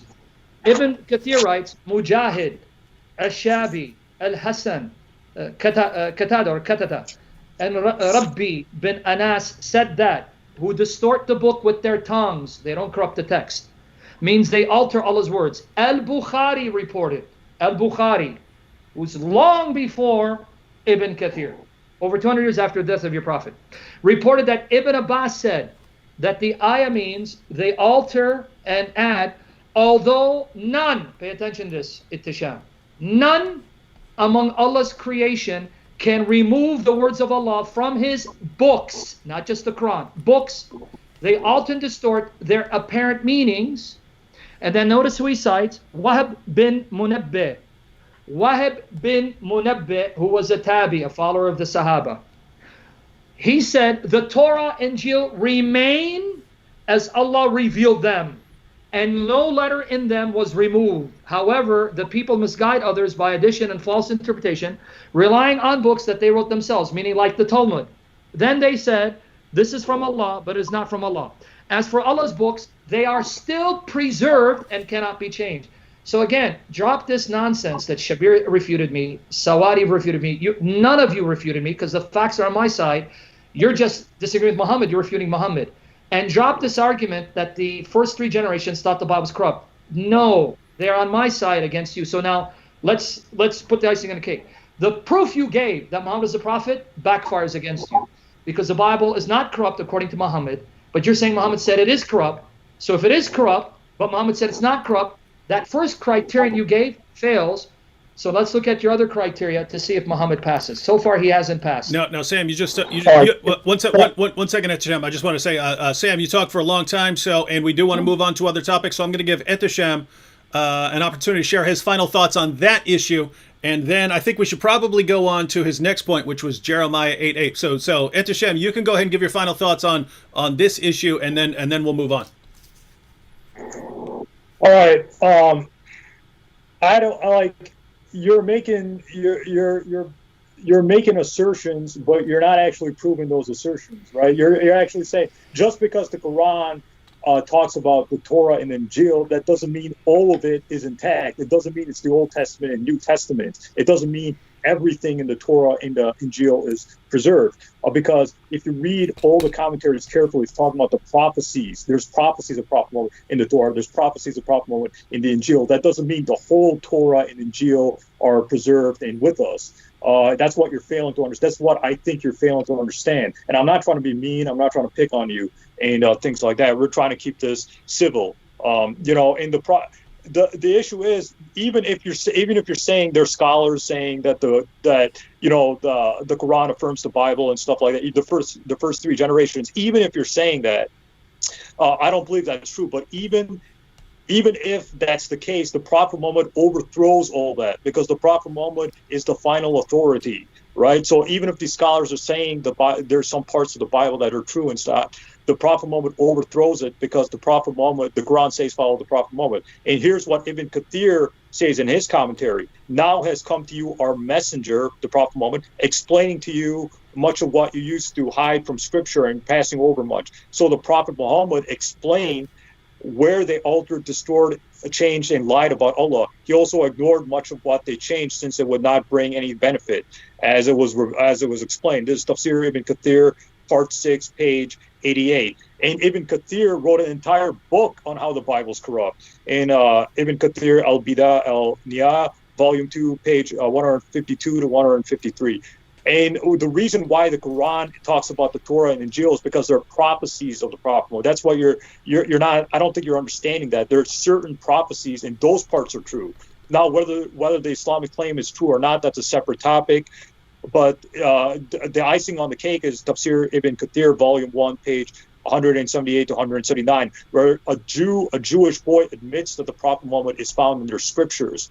So the Quran is saying they're prophecies of the Prophet Muhammad, and that's why the Jews and Christians have to ignore, their books and follow the Quran according to Islamic theology and according to the Quran chapter 5 verse 58 and things like that. So the Quran needs to be followed by everybody, including the Jews and Christians, and that Torah and Injil is outdated. It's done. So the real argument is follow the Prophet Muhammad, because the Jewish and Christian scriptures are pointing to Muhammad according to Islamic claims. So that's my final thought on it. All right, thank you, Ehteshaam. Now, on the issue of Jeremiah 8:8, you argued that Jeremiah 8:8 affirms the corruption of the Torah. So this would be an Old Testament prophet, declaring that the Torah has been altered and corrupted. I just wanted to. I'm not bringing this up by way of criticism. I'm bringing this up by way of illustration here. But lots of times we would quote Surah 15 verses 90 to 91. So that passage reads, "Like as we sent down on the dividers those who made the Quran into shreds." And so here you have a verse of the Quran which says, depending on the translation, Yusuf Ali says, as have made the Quran into shreds as they please. M.H. Shakir, those who made the Quran into shreds. Palmer, who said, who translated as dismember the Quran. Now, when we would point to this passage, the Muslim response would be, well, you need to understand what this is saying in context. You need to look at the historical context, what's the background of this passage, and what it means in the context of Scripture. So you look at the literary context, what it means in the chapter as a whole, because this is the same chapter where Allah affirms in Surah 15, verse 9, according to the standard Muslim interpretation, affirms that he's protecting the Quran. So Muslims will point out you need to look at the context of the chapter, and you need to look at the historical context, who these people are who are supposedly shredding the Quran or dividing up the Quran into parts. And the Muslim response would be, once you look at the literary context and the historical context, then you see that it's not actually talking about the corruption of the Quran.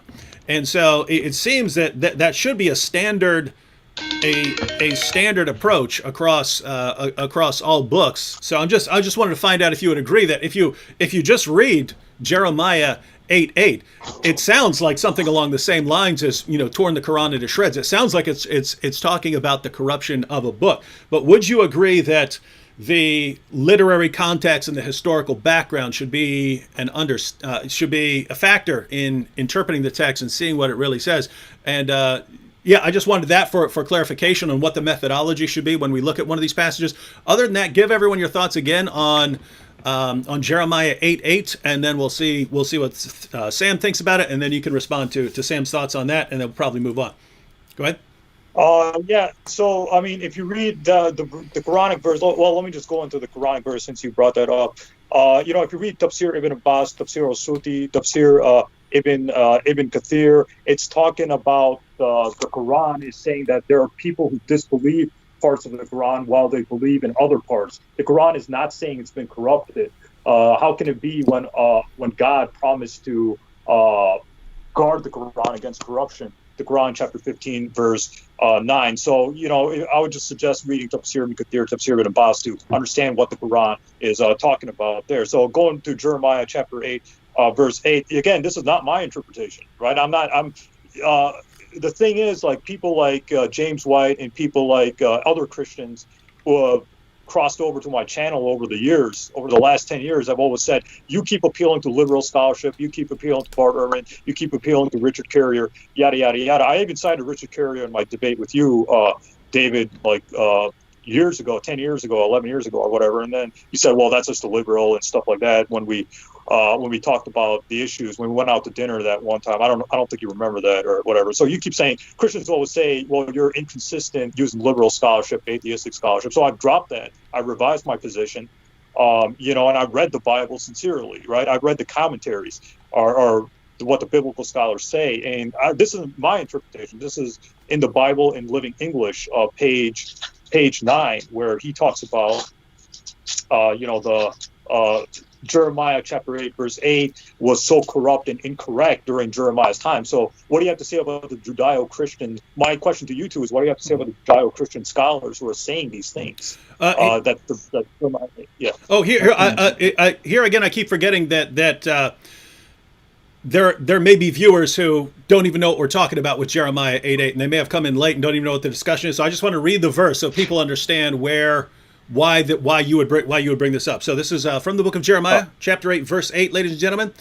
How can you say, we are wise, and the law of the Lord is with us, but behold, the lying pen of the scribes has made it into a lie. So the people are saying the law of the Lord is with us, and it says, but behold, the lying pen of the scribes has made it into a lie. So go ahead and give us your understanding of that, and then we'll let Sam respond.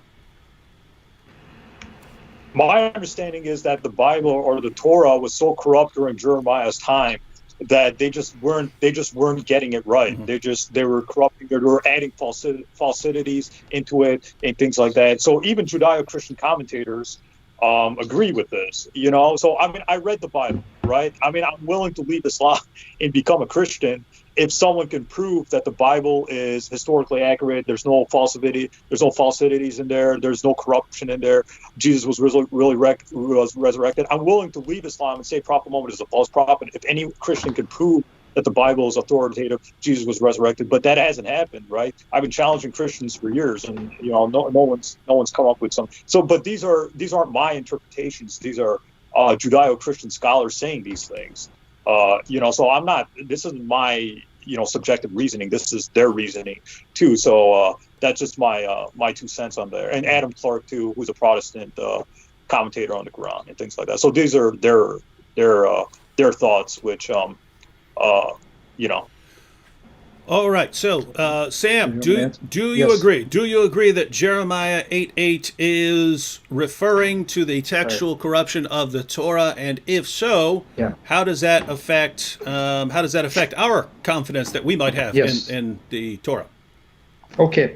Now, he said Adam Clark. Again, I will challenge him. Don't quote Adam Clark out of context. He's expositing Jeremiah 8:8, and yes, he's going to tell you that there were a specific group of people that tampered with the Torah. But that's the same Adam Clark that gave a commentary on the entire Bible, and he was a devout Christian who believed in inspiration, preservation of the Bible, and he knows what others after Jeremiah said about the Torah. So please, again, out of respect, don't selectively cite scholars and take snippets out of their commentaries, ignore the context, and then come to conclusions other than the conclusions they made. How do I know that Jeremiah 8:8 doesn't teach that the Torah was corrupted beyond repair, or corrupted to the extent that the original Torah no longer existed? Jeremiah tells me that's not what he meant. Daniel, his contemporary, tells me that's not what he meant. Ezra, who came after Jeremiah and Daniel, tells me that's not what Jeremiah 8:8 means. Jesus tells me that's not what Jeremiah 8:8 means. And your own prophet, whom you believe, says that can't be the meaning, because if that's the meaning, you again prove that Muhammad is a false prophet. So let me take it step by step. Now, if you have done your homework and you're really honestly seeking to understand my scriptures, as I've tried to do with your Quran, then you know that Daniel was a contemporary of Jeremiah. Jeremiah was prophesying in Jerusalem, and Daniel was in Iraq, in Babylon, in the court's palace, prophesying roughly the same time. Daniel, you knew Jeremiah. Do you think that Jeremiah was saying the Torah was corrupted, so we don't have it anymore? What do you say, Daniel? Here, Daniel chapter 9, verses 1 to 3. For the sake of time, I'll just read the two verses. Daniel 9, verses 1 to 3, but verses 1 and 2. In the first year of Darius, son of Xerxes, a Mede by descent, who was made ruler over the Babylonian kingdom, in the first year of his reign, I, Daniel, understood from the scriptures, according to the word of the Lord given to Jeremiah the prophet. So Ehteshaam, pay attention. Daniel is reading the scroll of Jeremiah, because this is long after Jeremiah. He's probably dead by now. This is when Babylon is destroyed and the Persians have come to power. And he's got a copy of Jeremiah's prophecy that was sent to him in Babylon. And he goes, I understood from the scripture that Jeremiah wrote, according to the word of the Lord given to him, that the captivity of the Jews would last 70 years. So now, remember, he has Jeremiah. That means he's reading Jeremiah 8:8. Now, let's see if Daniel concludes the way you do. We don't have the law of Moses. Daniel 9:11. All Israel has transgressed your law. This is Daniel now praying to God, asking, okay, God, 70 years is about over. What's next for us? All Israel has transgressed your law and turned away, refusing to obey you. Therefore, the curses and sworn judgments written in the law of Moses. Daniel, how do you know what's written in the law of Moses? According to my friend Ehteshaam and this liberal scholar that he cites, claiming to be a conservative, and I'm not talking about Adam Clark, the Torah was destroyed beyond repair. It was gone, Daniel. How do you know what's written in the law of Moses? And how do you have a copy of the law of Moses? So you see it, Ehteshaam? Even if I argue that Jeremiah 8:8 is referring to some scribes at a specific location corrupting their copies, there were uncorrupt copies of the Torah in the hands of God-fearing men and women that they cherished and read as is and didn't tamper with, one of whom is Daniel. Therefore, the curses and sworn judgments written in the law of Moses, the servant of God, have been poured out on us because we have sinned against you. Verse 13, Daniel 9, verse 13.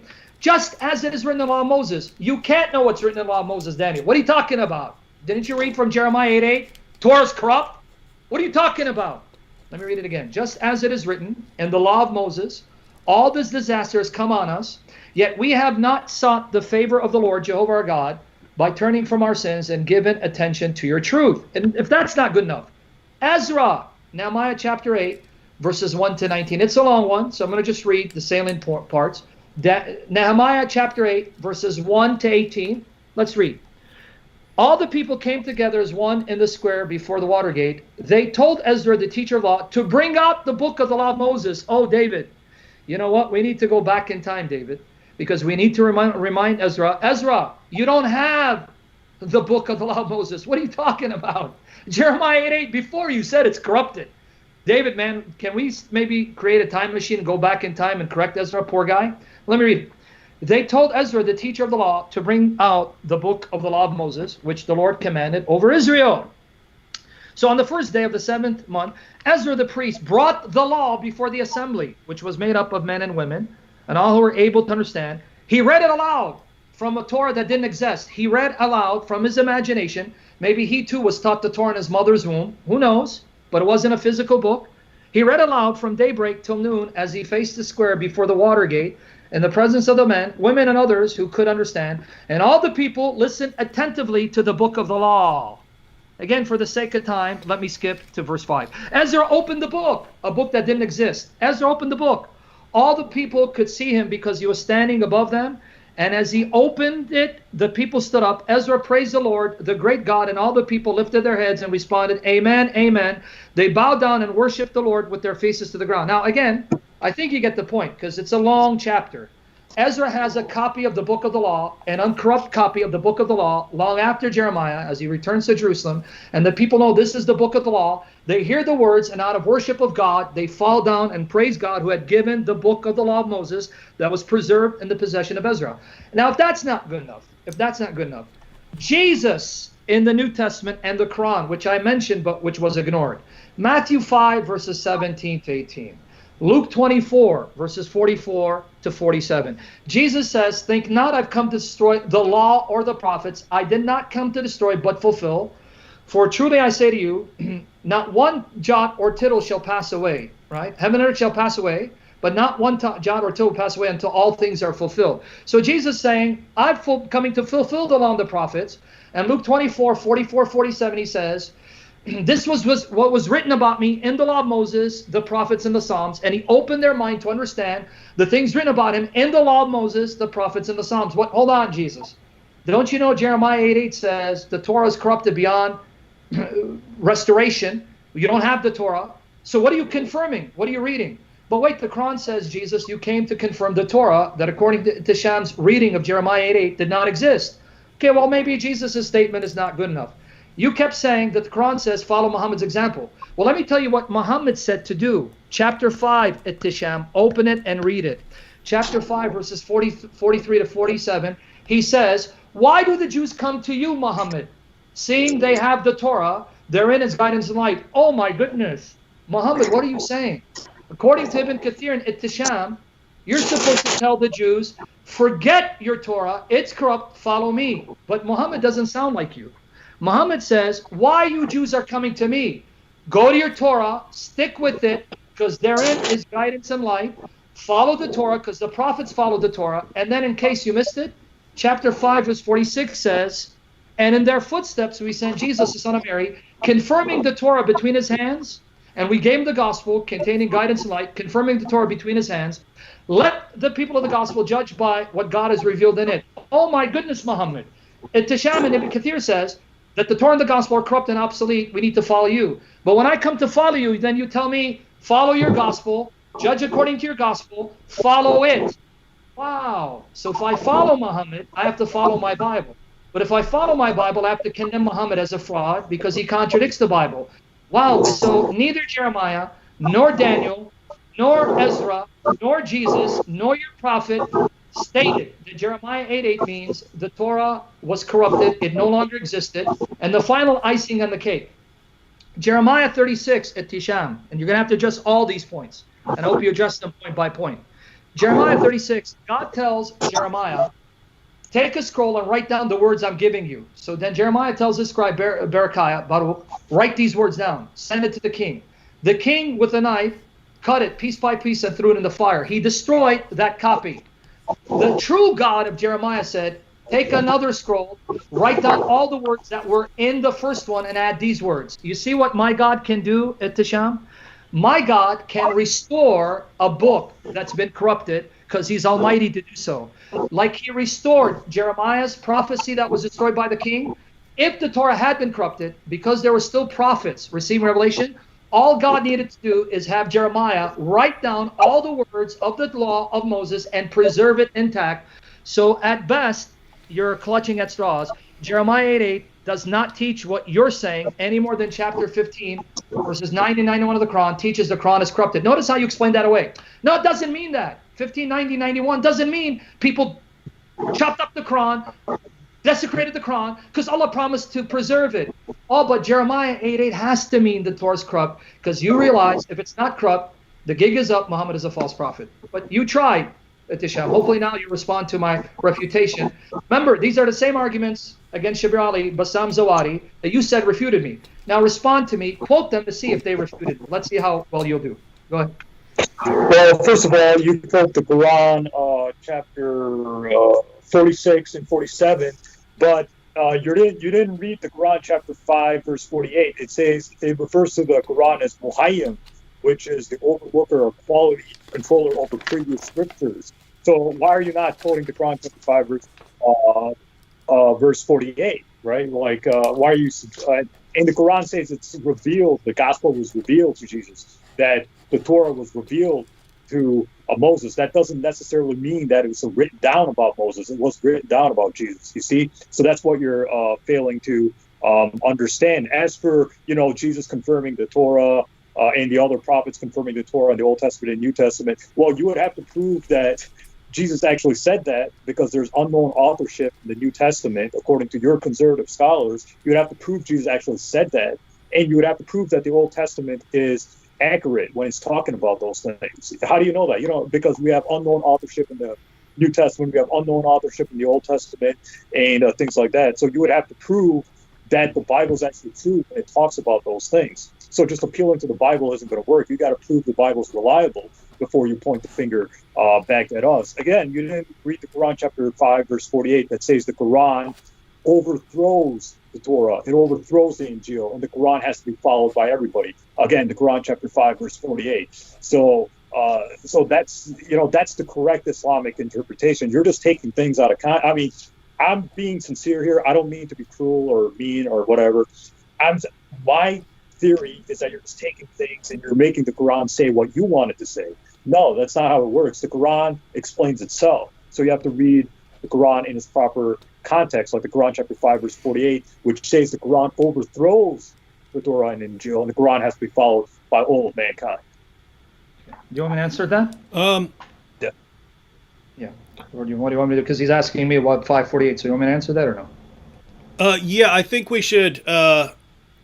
Ehteshaam, if you had anything else on Jeremiah 8:8, if you wanted to address that, because 548 is going to push us kind of into a like that's kind of its own mini topic in itself. So did you have any get to that, yeah. Did you have any other thoughts on? Well, let me ask you. Let me ask you this way, because I'm just going to ask it, because you're clearly reading that book different from the way that I read it. Every time I've read the book of Jeremiah, here's the impression I get. There's Jeremiah and there's a bunch of false prophets. And Jeremiah is preaching that the Babylonians are coming. The Babylonians are gonna come as instruments of God's judgment on the city for their rebellion against God. And the showdown you keep seeing is Jeremiah versus these false prophets. Well, Jeremiah walks around and he's got a scribe who writes down what he says. But the false prophets also have scribes, and they're writing down what they say. And so when I get to Jeremiah chapter 8, verse 8, and it says, he refers to the law and how the lying pens of the scribes have made it a lie. Well, he says the same thing about the false prophets. He keeps saying, God told you that if you rebel against him, he's going to judge you. And the false prophets are telling you that no, God's always going to protect you, and that's what he's revealed. So Jeremiah says, no, in his word, in his book, in the Torah, God says, if you rebel, I'm going to treat you like the nations that were before you. I'm going to cast you off the land. And the false prophets are saying, no, no, no, God promised that no matter what happens and no matter what you do, he's always going to protect you from being kicked off the land. And so Jeremiah says these false prophets are telling you that the book of God is a lie. They're telling you the book of God is a lie, that God's a liar, because he said he's going to push you off the land. They're saying no. And then when he talks about their scribes, he says the lying pens of the scribe have made the law a lie. The law says God's going to judge you and kick you off the land. The false prophets and their false scribes say, no, no, no, that's not going to happen. It'll never happen. And so Jeremiah is rebuking these false prophets and false scribes. So the way I interpret Jeremiah there is Jeremiah saying that when you guys write your prophecies saying that God's never going to punish you, you're making his law into a lie. You're interpreting it as no, the law itself has been corrupted. But here again, when we look at the law, when we look at the Torah, it does contain what Jeremiah says, not what the false prophets say.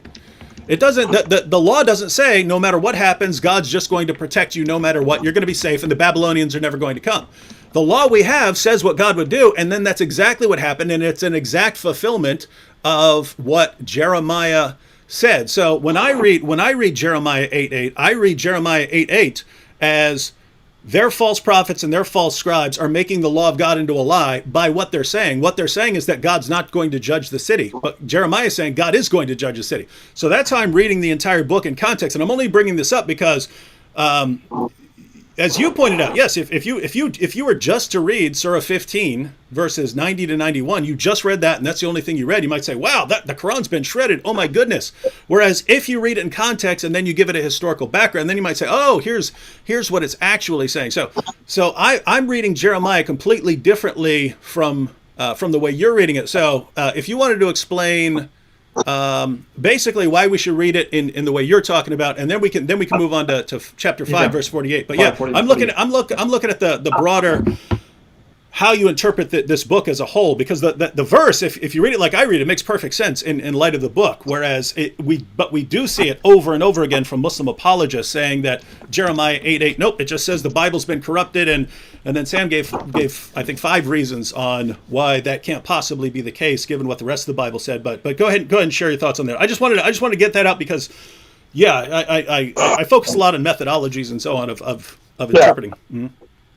No, I mean, I understand what you're saying, but the issue is that when Muslims are citing that verse, they're not just citing that verse. They're citing Judeo-Christian commentaries. They're not citing atheist or liberal scholarship. They're citing. So my question is to both of you would be why. The 2 questions I have is why don't your own Judeo-Christian scholars agree with you? Like the Bible in Living English 8-9, which is a Christian, editor of that Bible, he doesn't agree with your views. He says that the Torah was so corrupt, so incorrect during Jeremiah's time that Jeremiah, that would be hard to, that falsehood has been put into it. So your own Judeo-Christian scholars don't agree with your interpretation of Jeremiah chapter 8, verse 8, and then if you keep saying, well, Jesus confirmed the Torah and the people of the Old Testament confirmed the Torah, you would have to prove that the Bible is reliable when it's talking about those things, right? It's like, why do you think I'm not a Christian because the New Testament has to be proven historically accurate in order for me to believe that Jesus said those things, Jesus actually rose from the dead, Jesus died by crucifixion and stuff like that. So you would have to prove that the Bible is reliable, and you have your own Judeo-Christian scholars saying that no, there's unreliability in the text and stuff like that. So your own Judeo-Christian scholars don't agree with your interpretations. So that's why I'm bringing it up. This isn't my interpretation. I'm quoting scholars say this. That's not my thoughts. Okay, so I don't know. Does he want me to respond now? I don't get it. Did you want to respond, or did you want to check out 548? No, well, he made some assertions I need to address before he goes on, because he kept saying, I know there's a temptation to change the topic to about the scriptures and what the scholars actually say. You keep referring to a translation. And Ehteshaam, it's like me quoting to you Rashad Khalifa's translation of the Quran, or the Quran, a reformist translation, where they say chapter 9, verses 128, 129, they're corrupt verses, interpolations, and they omitted it from their Quran version. If you go to their Quran version, it's online. Rashad Khalifa's Quran and the Quran, a reformist translation. Chapter 9 ends at verse 127. You would tell me, who cares? These are some fringe group, some fringe Muslims. Doesn't matter what they say, what's the proof? And that's what you're doing here. You're selectively citing those scholars that have liberal assumptions. Just because someone claims to be a Christian doesn't mean he's not a liberal. So instead of selectively citing those scholars you like, give me the historical, textual, archaeological proof for your interpretation of Jeremiah 8, verse 8. There is none. It doesn't support you, because if you read Jeremiah chapter 8 in the context of Jeremiah, then read other writings that come after Jeremiah, and then read what Jesus said. And I didn't even limit it to the Gospels. Because, well, how do we know who wrote the Gospels? Well, your prophet said that the Gospels that the Christians had at that time, they're the uncorrupt revelations of God. You even alluded to it. Chapter 5, verse 46, 47, it says, and to Jesus we gave the gospel. Let the people of the gospel judge by what God has revealed in it. In what? The gospel that was given to Jesus. And then chapter 7, verse 157 of the Quran, 7, verse 157 of the Quran, it says that there are prophecy of Muhammad in the Torah and the gospel that's with them. So the Quran is saying, the gospel of Jesus is with you, judge by it. And to further prove it, you mentioned Ibn Ehteshaam, and you even picked up the book, the English translation by Alfred Guillaume. Can you do me a favor? Take your copy of Alfred Guillaume and go to pages 103, 104. I'm going to tell you what's there. I'm going to tell you what's there, and then you can read it, because Ibn Ehteshaam left this part intact. He didn't omit it. Ibn Ehteshaam, pages 103 to 104. Just when you get there, you just open it up, pages 103, 104, and I'm going to have you read it. Let me finish the point before. Just go to pages 103, 104. Alfred Guillaume. It's third time. Pages 103 to 104. Open it up, and I'm going to have you read it in front of everyone. Here, Ibn Ehteshaam did not omit this part. When Ibn Ehteshaam didn't like something in Ishaq, he would get rid of it. But this part he left intact. And Ibn Ishaq there says that there is a prophecy of your prophet written in the gospel that God gave to Jesus for the followers of the gospel, which John wrote down. So he admits that John wrote the Gospel of John. And you're saying, well, even your scholars don't know who wrote it. No, you're misquoting my scholars. You misquoted Craig Blomberg. When Craig Blomberg is saying Gospels are anonymous, he means they were written anonymously, meaning the authors did not identify themselves. But Craig Blomberg is the last evangelical scholar who denies Matthew wrote Matthew, Luke wrote Luke, Mark wrote Mark, John wrote John. Why? Because although the writers don't identify themselves, and that's what he means by anonymous, they didn't say, I, Matthew. He looks at the early historical textual data, which you're referring to. And if you've read him honestly in context, he shows the earliest data, and there were no competing voices, state that Matthew wrote Matthew, Luke wrote Luke, Mark wrote Mark, John wrote John. Now I'm tempted to show why the attestation of these authors to the Gospels attributed to them is authentic, but I won't change the subject. The subject is Muhammad. So you're wrong on all counts. You are wrong in all counts, because according to even the Quran, let's put the Gospels aside. You don't want to believe the Gospels? The Quran says Jesus confirmed the Torah between his hands. So unless you're trying to tell me that Muhammad is a false prophet because he was wrong, Jesus could not have confirmed a Torah that was corrupted according to Jeremiah 8. If you're a Muslim, you're stuck with Muhammad, and Muhammad says you're stuck with the Torah as it existed at the time of Jesus and Muhammad's time, and that Torah is what I have. You're stuck with my Torah. So if it is corrupt, Muhammad is corrupt, the Quran is corrupt, he's a false prophet, more proof you should stop being a Muslim. Now that's my final comments. We can go into chapter 5, verse 48. But do me a favor, please, in the view of all, you have the book. Open up to pages 103, 104. Read aloud slowly where Ibn Ishaq, as edited by Ibn Ehteshaam, cites the prophecy of your prophet. Read it slowly, because I want them to hear what your source says. Who wrote the fourth gospel? Was it some anonymous writer, or is it the Gospel of John? Please read it slowly out loud. It's right there, near the end. You'll see it. Well, the problem is this isn't reliable. Ibn Ishaq's not reliable anyways. that was my presentation. But you didn't hear me at Ehteshaam. Yeah. It's not reliable. I don't want to cut you off. So yeah, but you're not listening. Hang on. Hang on. Sam. Yeah, Ehteshaam did say earlier in the debate that he doesn't regard Ibn Ishaq as a reliable Dave, source. I already know but that. then you said you had a point. What? Yeah, but the point was, he didn't hear me. I'm reciting Ibn Hisham. If you guys remember, I know what he said. I want both of you to hear, and I say this because, again, you're the moderator. Did you guys hear him say, we don't go with Ibn Ishaq, but we go with Ibn Hisham? You mentioned Ibn Hisham. Ibn I Hisham. got it right here. He doesn't have that story. No, what you have there, let me correct you again. We can talk over each other. You can let me make my point. What you're reading in pages 103, 104 is found in Ibn Hisham's version. He didn't omit that. It's in Ibn Hisham's version. I know you don't accept Ibn Ishaq. I heard you. You're not hearing me. Alfred Guillaume is based on Ibn Hisham, and then he adds parts from Tabari that Ibn Hisham omitted. If you read, that's Ibn Hisham's version, pages 103, 104. So I know what your argument is. Hear my argument. That's Ibn Hisham quoting Ibn Ishaq and saying this is Sahih because he doesn't omit it. Now, can you read it for us, please? All right. It says, among the things that have reached me about Jesus, Slowly. the Son of Mary. What? Slowly, because if you read too fast, okay. we're not going to catch it. Read it loudly, slowly. All right, I'm just going to read the relevant part. Among the things that, I'm not going to read the entire thing. Among the things which have reached me about Jesus, the Son of Mary, stated in the gospel, which he received from God for the followers of the gospel, and applying a term described to the apostle of God, is the following. It is extracted that John the Apostle set down for them when he wrote the gospel for them, the testament of Jesus Christ, the Son of Mary. He had hated the Lord. And then, it talks about the Comforter. I'm just trying to say. Who wrote the gospel? Who wrote the gospel according to Ibn Hisham? John the Apostle. So why do you keep saying it's anonymous? Why are you going against your own Muslim sources?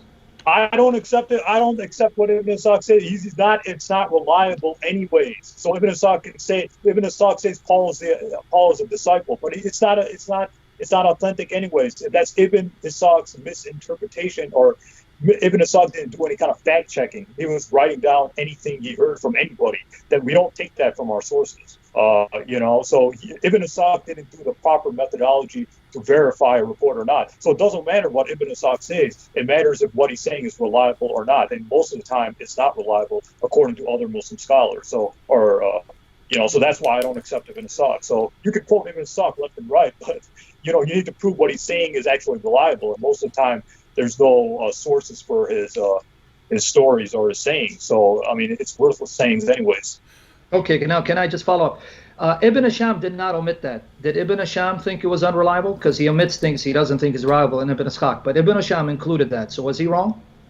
I have Ibn Hisham's work. He doesn't say that. Yes, he does. That is in Ibn Hisham. I don't have the particular version you have. He does quote it. It's from Ibn Hisham. Please, I'm not trying to debate you. Even if you read the introduction by Alfred Guillaume, he says this is based on Ibn Hisham, and the places where Ibn Hisham omitted, he reinserted from Tabari. Ibn Hisham is the one who left that intact. Was he wrong to do so?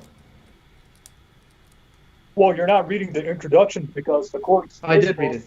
In the introduction, it says that there are scholars who say that Ibn Ishaq reported worthless sayings from people. So even if Ibn Hisham left that, Ibn Hisham didn't do any kind of fact checking here. So we accept Sahih Bukhari, stuff like that to be the most authoritative. So if Ibn Hisham left that, that's a mistake on his part. That's not a mistake on, that's not binding on us. He would have to show the isnad or chain of transmission. Dave, is it okay I ask him, Falco, about the prophecy though, or no? You want to go to 548? It's up to you. You're the moderator. Yeah, I think it's almost. We've almost been going 2 hours, so I'd like to get to 48 here. Let's go to 548. Yeah. Yeah. And if you want to come back, basically all of these topics could kind of be debates in themselves, right? You could do a debate on Jeremiah 8:8. You could do a debate on what the Quran says about the Bible. You could do a. Why don't we do this, David? Here's what I'm saying. Because it's almost 2 hours, let's end it with 548. And if he wants to come tomorrow, we can do Muhammad's prophecies in science, because we don't want to make this 3-4 hours, right? Yeah, that's true. So why don't we address this, and let me just read it. Let me just read it, because Ehteshaam says, he said this is 548 gives the correct Quranic interpretation of this issue. So the context, and by the way, for purposes of discussion, everyone, very important for everyone to read chapter 5, verses 43 to 48, because it talks about the Torah, talks about the gospel, and then talks about the Quran. But in 43, that's where it talks about Jews having the Torah, And in 547, this is where Allah says that the people of the gospel need to judge by what Allah has revealed therein. And then in 548, I'll just read Yusuf Ali, and then Ehteshaam, you can go ahead and recap what your understanding of this passage is, and then we'll see if Sam has a different interpretation. But it says, "To thee we sent the scripture in truth, confirming the scripture that came before it, and guarding it in safety. So judge between them by what Allah has revealed, and follow not their vain desires, diverging from the truth that has come to you. To each among you we have prescribed a law and an open way. If God had so willed, he would have made you a single people, but his plan is to test you in what he has given you. So strive as in a race in all virtues. The goal of you all is to Allah. It is he that will show you the truth of the matters in which you dispute." So the relevant portion there is, "To you we sent the scripture in truth, confirming the scripture that came before it, and guarding it in safety. So judge between them by what God has revealed, and follow not their vain desires." So Ehteshaam, why did you say that this is a key verse in understanding the Quran's interpretation of its perspective on the previous scriptures? Well, I mean, maybe I gave the wrong reference, but even if you read the Quran, hang on, did I give the wrong reference? Can you repeat that reference? I'm sorry, chapter 5 verses 48. No, this should be. It's this is a common passage. That's the one, Muhammad. Yeah. That's the one, Muhammad. Yeah, so that means the Quran is the overlooker. So basically, if you read tafsir, you see, this is why if you have a liberal reading of the Quran, it's not going to work. Like if I have a liberal reading of the Bible, Christians aren't going to take me seriously. If I take something out of the Gospel of John, spin my own interpretation, and say, yeah, Muhammad's the spirit of truth of the Paraclete, you'd be like, how dare you read the context, read the commentaries? Well, same thing with the Quran. I expect Christians to do the same thing with my scripture. You have to read all their Quranic passages, because if you read what the Tafsir Ibn Abbas, Tafsir Ibn Kathir, Tafsir al-Tabari say, it says that the Quran needs to be followed by everybody, and the Quran overthrows the Injil, it overthrows the Torah, and things like that. In other Quranic passages like the Quran chapter 2 verse 85 and the Quran chapter 5 verse 68, which I forgot to mention, my apologies, it says the Quran needs to be followed by everybody, including the Christians, including the Jews, including the pagans, etc., etc. So the Quran is like the alpha. The Quran is like overthrowing everything and saying, this is the Quran that needs to be followed by everybody according to Islamic theology. And if you want to go to paradise, if you want salvation, obey the Quran and the Messenger. Again, the Quran chapter 2 verse 185 and the Quran chapter 5 verse 68. I forgot to mention those verses. So that's just my 2 cents here. Just to clarify, Ehteshaam, you're saying chapter 5 verse 68 of the Quran says that Christians need to follow. No, it's saying that. No, I'm sorry, I misspoke. The Quran needs to be followed by everybody. I'm just, that includes Christians, Jews, pagans, etc. No, you're saying that chapter 5 verse 68 says that. Yeah, chapter 5 verse 68, Quran chapter 2 verse 185. Let me just read chapter 5 verse 68, because I'm not sure what you're pointing to here, but I think I have an idea, but I'm not sure. So chapter 5 verse 68, and then Sam can give us thoughts on 548. But 568 says, "O people of the book, you have no ground to stand upon unless you stand fast by the Torah, the gospel, and all the revelation that has come to you from your Lord. It is the revelation that comes to you from your Lord and increases in most of them their obstinate rebellion and blasphemy. But sorrow thou not over these people without faith." The reason I was asking you about that is because that's a verse that we often go to say that the Quran is affirming the scriptures. It says, "Say, O people of the book, you have no ground to stand upon unless you stand upon the Torah, the gospel, and all the revelation that has come to you from your Lord." So where are you getting Quran out of that? Oh, okay. I mean, that's well, maybe okay. Let's maybe I misinterpret. Maybe I mixed up the verses. If you read Tafsir Ibn Kathir on Quran chapter 2 verse 41, it says the Quran is trustworthy over the books that preceded it. So whatever whatever's in these books conforms to the Quran is true, and whatever disagrees with the Quran is false. And this is Tafsir ibn Kathir on Quran chapter 2, verse 41. So according to the Muslim scholars, maybe I mixed up those verses, my bad. But, again, we have to read the comments. We have to read what the Muslim scholars understood about the Quran and things like that. We can't just spin our own interpretations. If I did that with the New Testament, you wouldn't take me seriously. Well, you got to quote my scripture in its proper context. So on the issue of 548. Yes. Can I chime in or no? Yeah, Sam, give us your thoughts, and then Ehteshaam Yeah. can respond if he disagrees. Yeah. Interestingly, he said Tabari, Qurtubi, he said Tabari, Ibn Abbas on 548. Unfortunately, Ehteshaam, I'm going to have to say, you probably haven't read what they said in context. Here's Tabari's view of chapter 5, verse 40. I want everyone to listen. Tabari, Qurtubi, Ibn Kathir say there's more than one interpretation about Muhayminin alayh. That's the phrase you're referring to, where it says in a garden over it. Here is Tabari, word for word. Doesn't mean what you said, Tabari claimed it meant. Okay.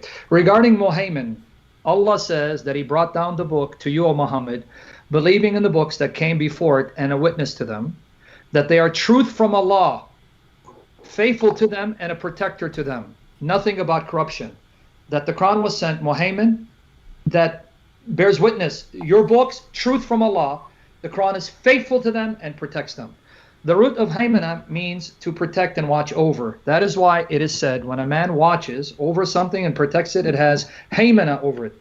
The present form of the verb is yuhaymin, and the noun is haymana. Based on what we have mentioned, the people of interpretation, the mufassirun, have differed in their explanation of this word. So number one, Ehteshaam, the scholars you cite, Qurtubi, Tabari, they admit that the mufassirun, the commentators, didn't agree. They had different interpretations. That's number one. Number two, he says one of the meanings is the Quran bears witness that they are the truth from God. The Quran is faithful to them and protects them. Doesn't say they're corrupted. That's your misreading. And that's Ibn Kathir's misreading. And other Muslims, their misreading. Now let me read why it can't mean that. If it means that, you're in trouble, Ehteshaam. Let me just read what he says here.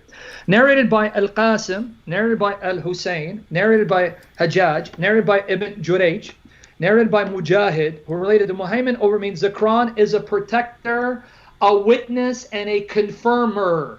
Confirmer. Okay, one more. It was narrated by Muhammad ibn Sa'd, narrated by his father, narrated by his uncle, narrated by his father, narrated by Ibn Abbas. Ibn Abbas, which you mentioned, Ibn Abbas, who stated that we brought down upon you the book, in truth confirming what is between your hands from the book, refers to the Quran, which is a witness to the Torah and the Gospel, and confirms both of them. Muhaymin over it means a guardian over it, judging over the books that came before it. So that's Ibn Abbas. But you know what's also amazing, Ehteshaam? One of the other views by the scholars, is that it refers to Muhammad being Muhaymin over the Quran. Let me read it.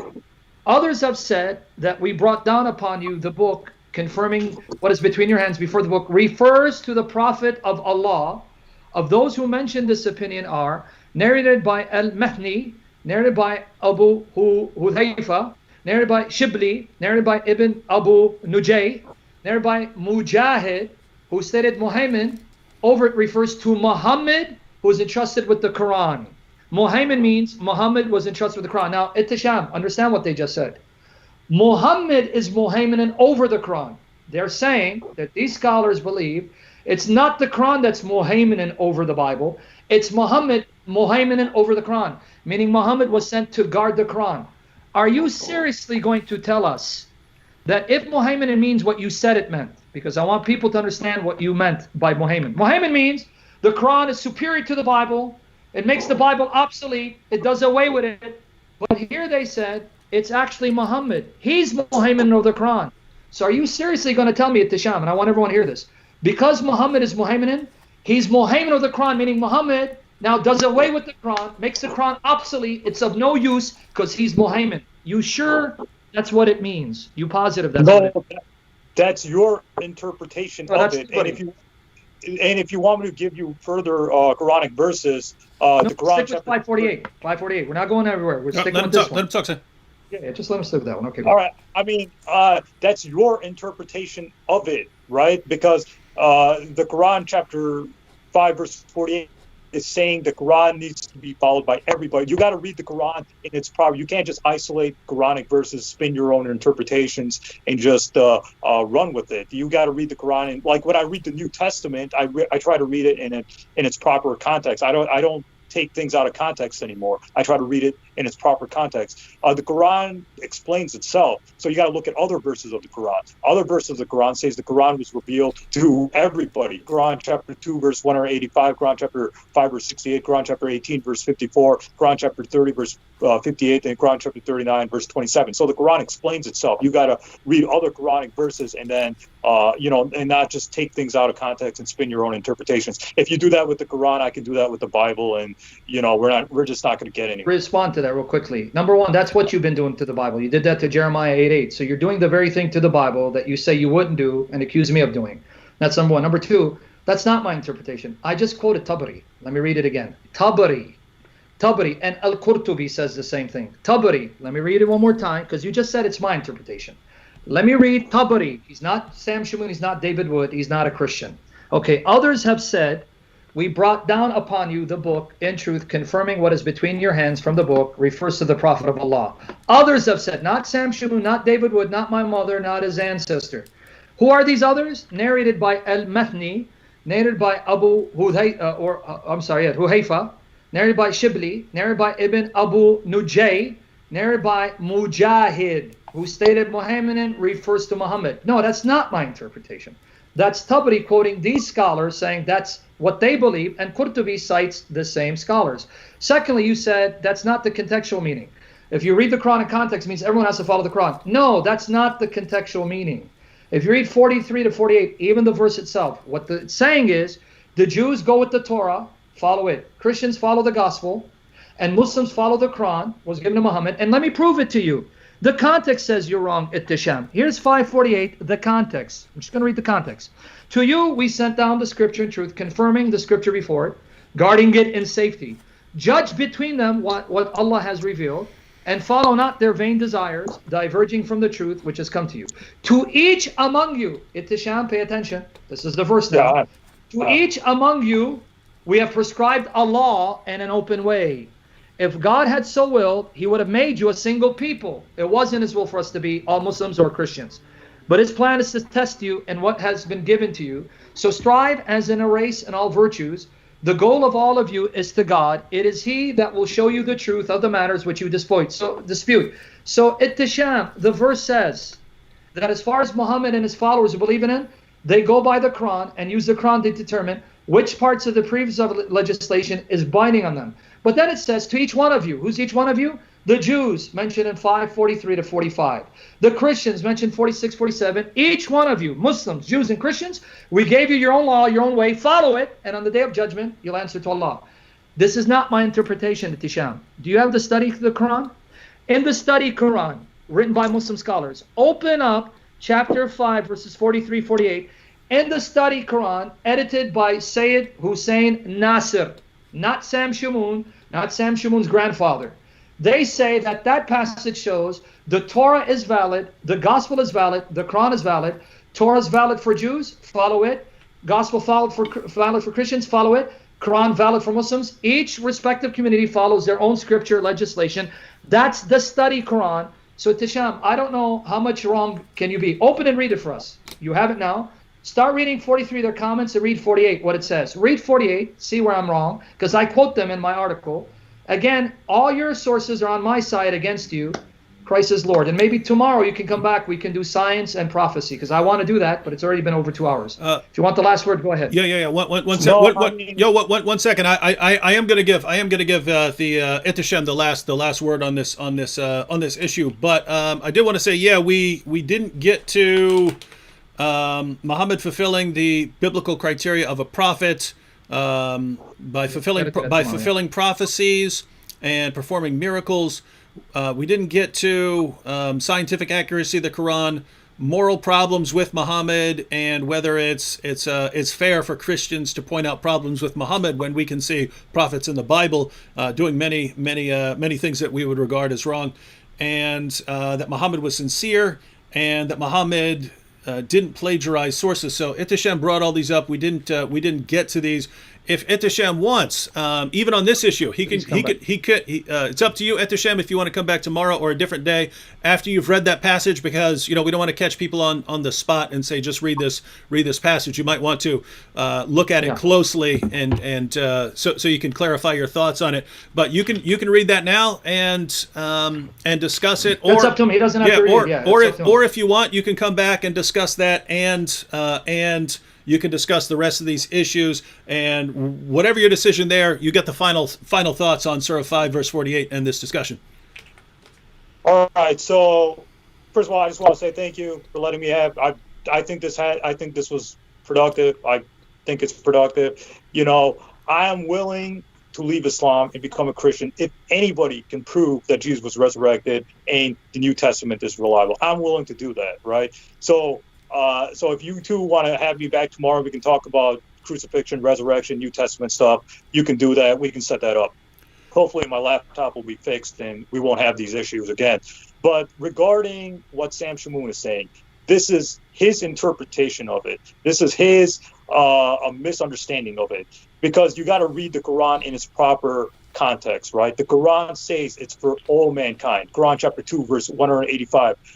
The Quran says that we have set forth for mankind all manner of parables in this Quran, chapter 39, verse 27. The Quran chapter 30, verse 58 says, coin for mankind this Quran all kinds of similitudes. Quran chapter 18, verse 54, the Quran is good for all mankind. So these verses, what other Muslim scholars say, not what Sam Shamoun's subjective reading of scholars. These Muslim scholars have taken these verses that I just cited and said that the Quran overthrows the Torah. It overthrows the gospel, and the Quran needs to be followed by everybody according to Quranic theology. Now, you could subjectively disagree with that, but that's Quranic theology, correct Quranic theology. So I'm not going to read the verse because I'm trying to save time. I know we've gone on for too long and things like that. But my question is, what would make you two accept the prophet of Muhammad? Because you two have been going after Islam for years. So I just want to know what would make you say that Muhammad is a true prophet? Because, again, you're Bible-believing Christians. You have a standard to judge a prophet, the Old Testament and the New Testament.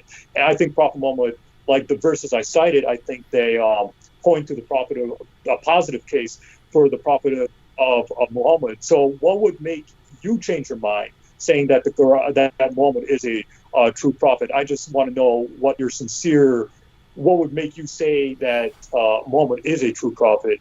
If I could just ask that last question. Well, from my perspective, I'd have to see that Christianity is false and that there are good arguments for Muhammad. But notice, we're giving Muslims the opportunity right here all week long. If they want to join us live, we're offering Muslims the opportunity to show us that they have good arguments for Muhammad and that they have good arguments showing that the Quran is the word of God, that Muhammad's a true prophet, that Islam is true. Given the arguments that I've seen for Islam, they seem to fall apart on any sort of close examination. So that's basically what we're doing. We're giving Muslims an opportunity to show that, and not just for us. You could always say we're set in our ways or we're stubborn or something like that.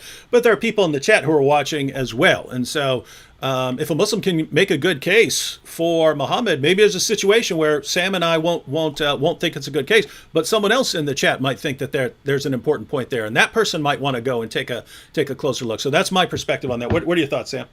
Yeah, well, for me, if a Muslim wants me to become a Muslim, he's going to have to definitely convince me that the Quran, Muhammad, taught the Bible has been corrupted. It's not preserved. It's not authoritative. It's not reliable, and it's not to be used as a reliable judge to live by and to judge him accordingly. So far, every attempt by Shabir Ali, Bassam Zawadi, and I have a challenge, Shabir. I hope he accepts my challenge for debate challenge, because he didn't do good in the first debate. He won't do any better in the second. And that's just my opinion. I'm subjective.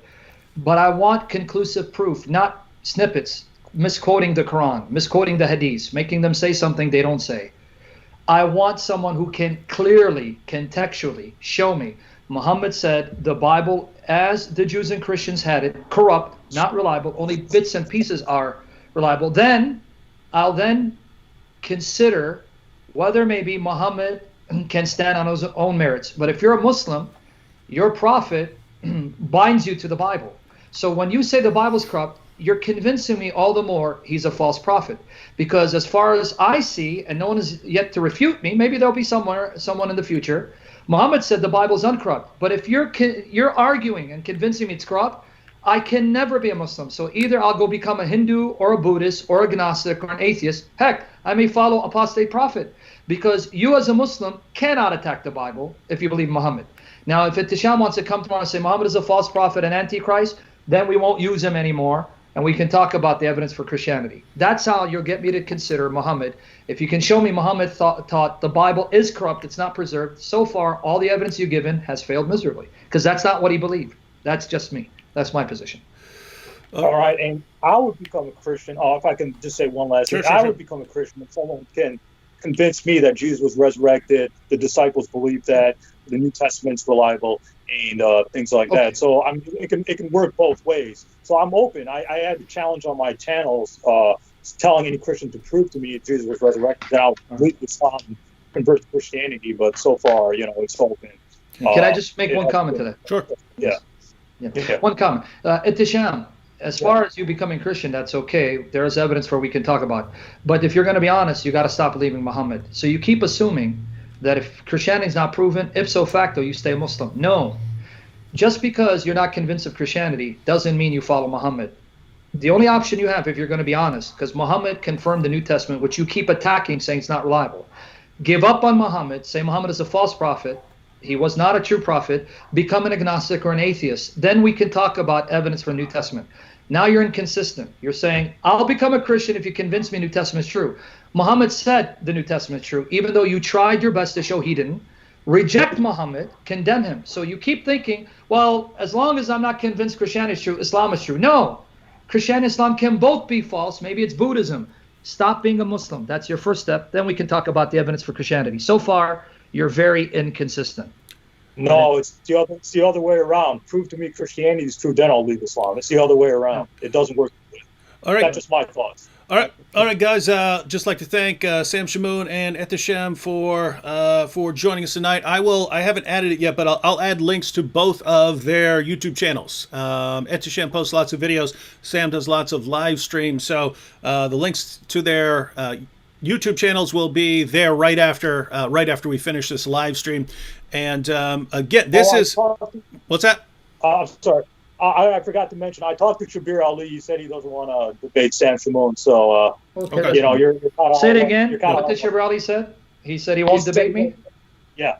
Okay, so Shabir Ali told you officially he won't debate me. Okay. That's good. I'll still chase after him, but thank you. All right, but if any other Muslims out there would like to join us live, one of you or two of you, if it's one of you, I'll probably just be kind of a moderator, maybe ask some questions along the way. If it's two of you who want to come on at the same time, that shouldn't be a problem. This is Muhammad Week. Ehteshaam mentioned discussing the resurrection or something like that.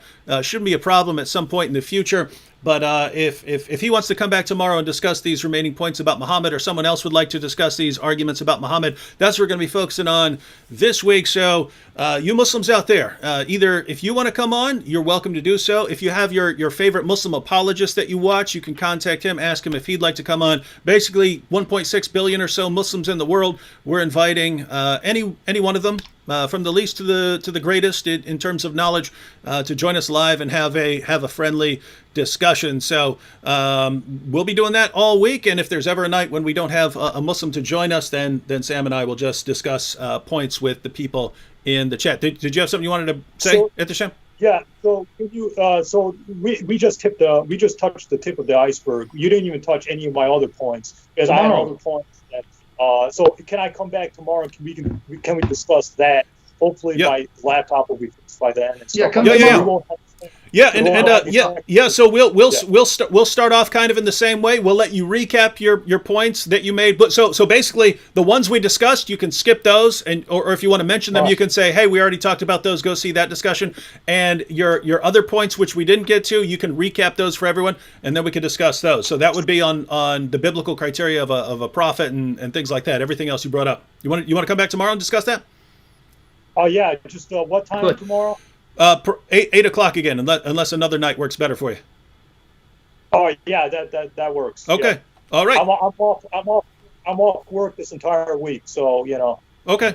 All right. Well, Good speaking with you, Ehteshaam. I like you, buddy. And God guide us all. I like you, buddy. I mean, I think we should just look, like they say in the X-Files, right? The truth is out there. Mm-hmm. We should try to look for the. I like that. The truth. That's a pretty good example. Yeah, I like and I'm a big sci-fi guy, yeah, and comic books and stuff. yeah, and guys, my view is, we obviously have disagreements, and we obviously want to go after other each other's positions and stuff. But it's always good if we can just get together, and I think it's a good example for the world, because for a lot of human history, people are killing each other over stuff. If we can actually sit down and say, hey, you want to disagree, then let's disagree and have a discussion about it, and people don't need to get physical over this stuff. Those are my thoughts. All right, well, looks like Lord willing, all of us will be back tomorrow night to go through some of these Ehteshaam's other points. And again, any of you Muslims who want to join us or want to contact Muslim apologists about joining us, my email is, if you go on my YouTube channel and go to the About section, you can click on my email there. Send me an email saying that you want to join us, and we'll see what we can set up.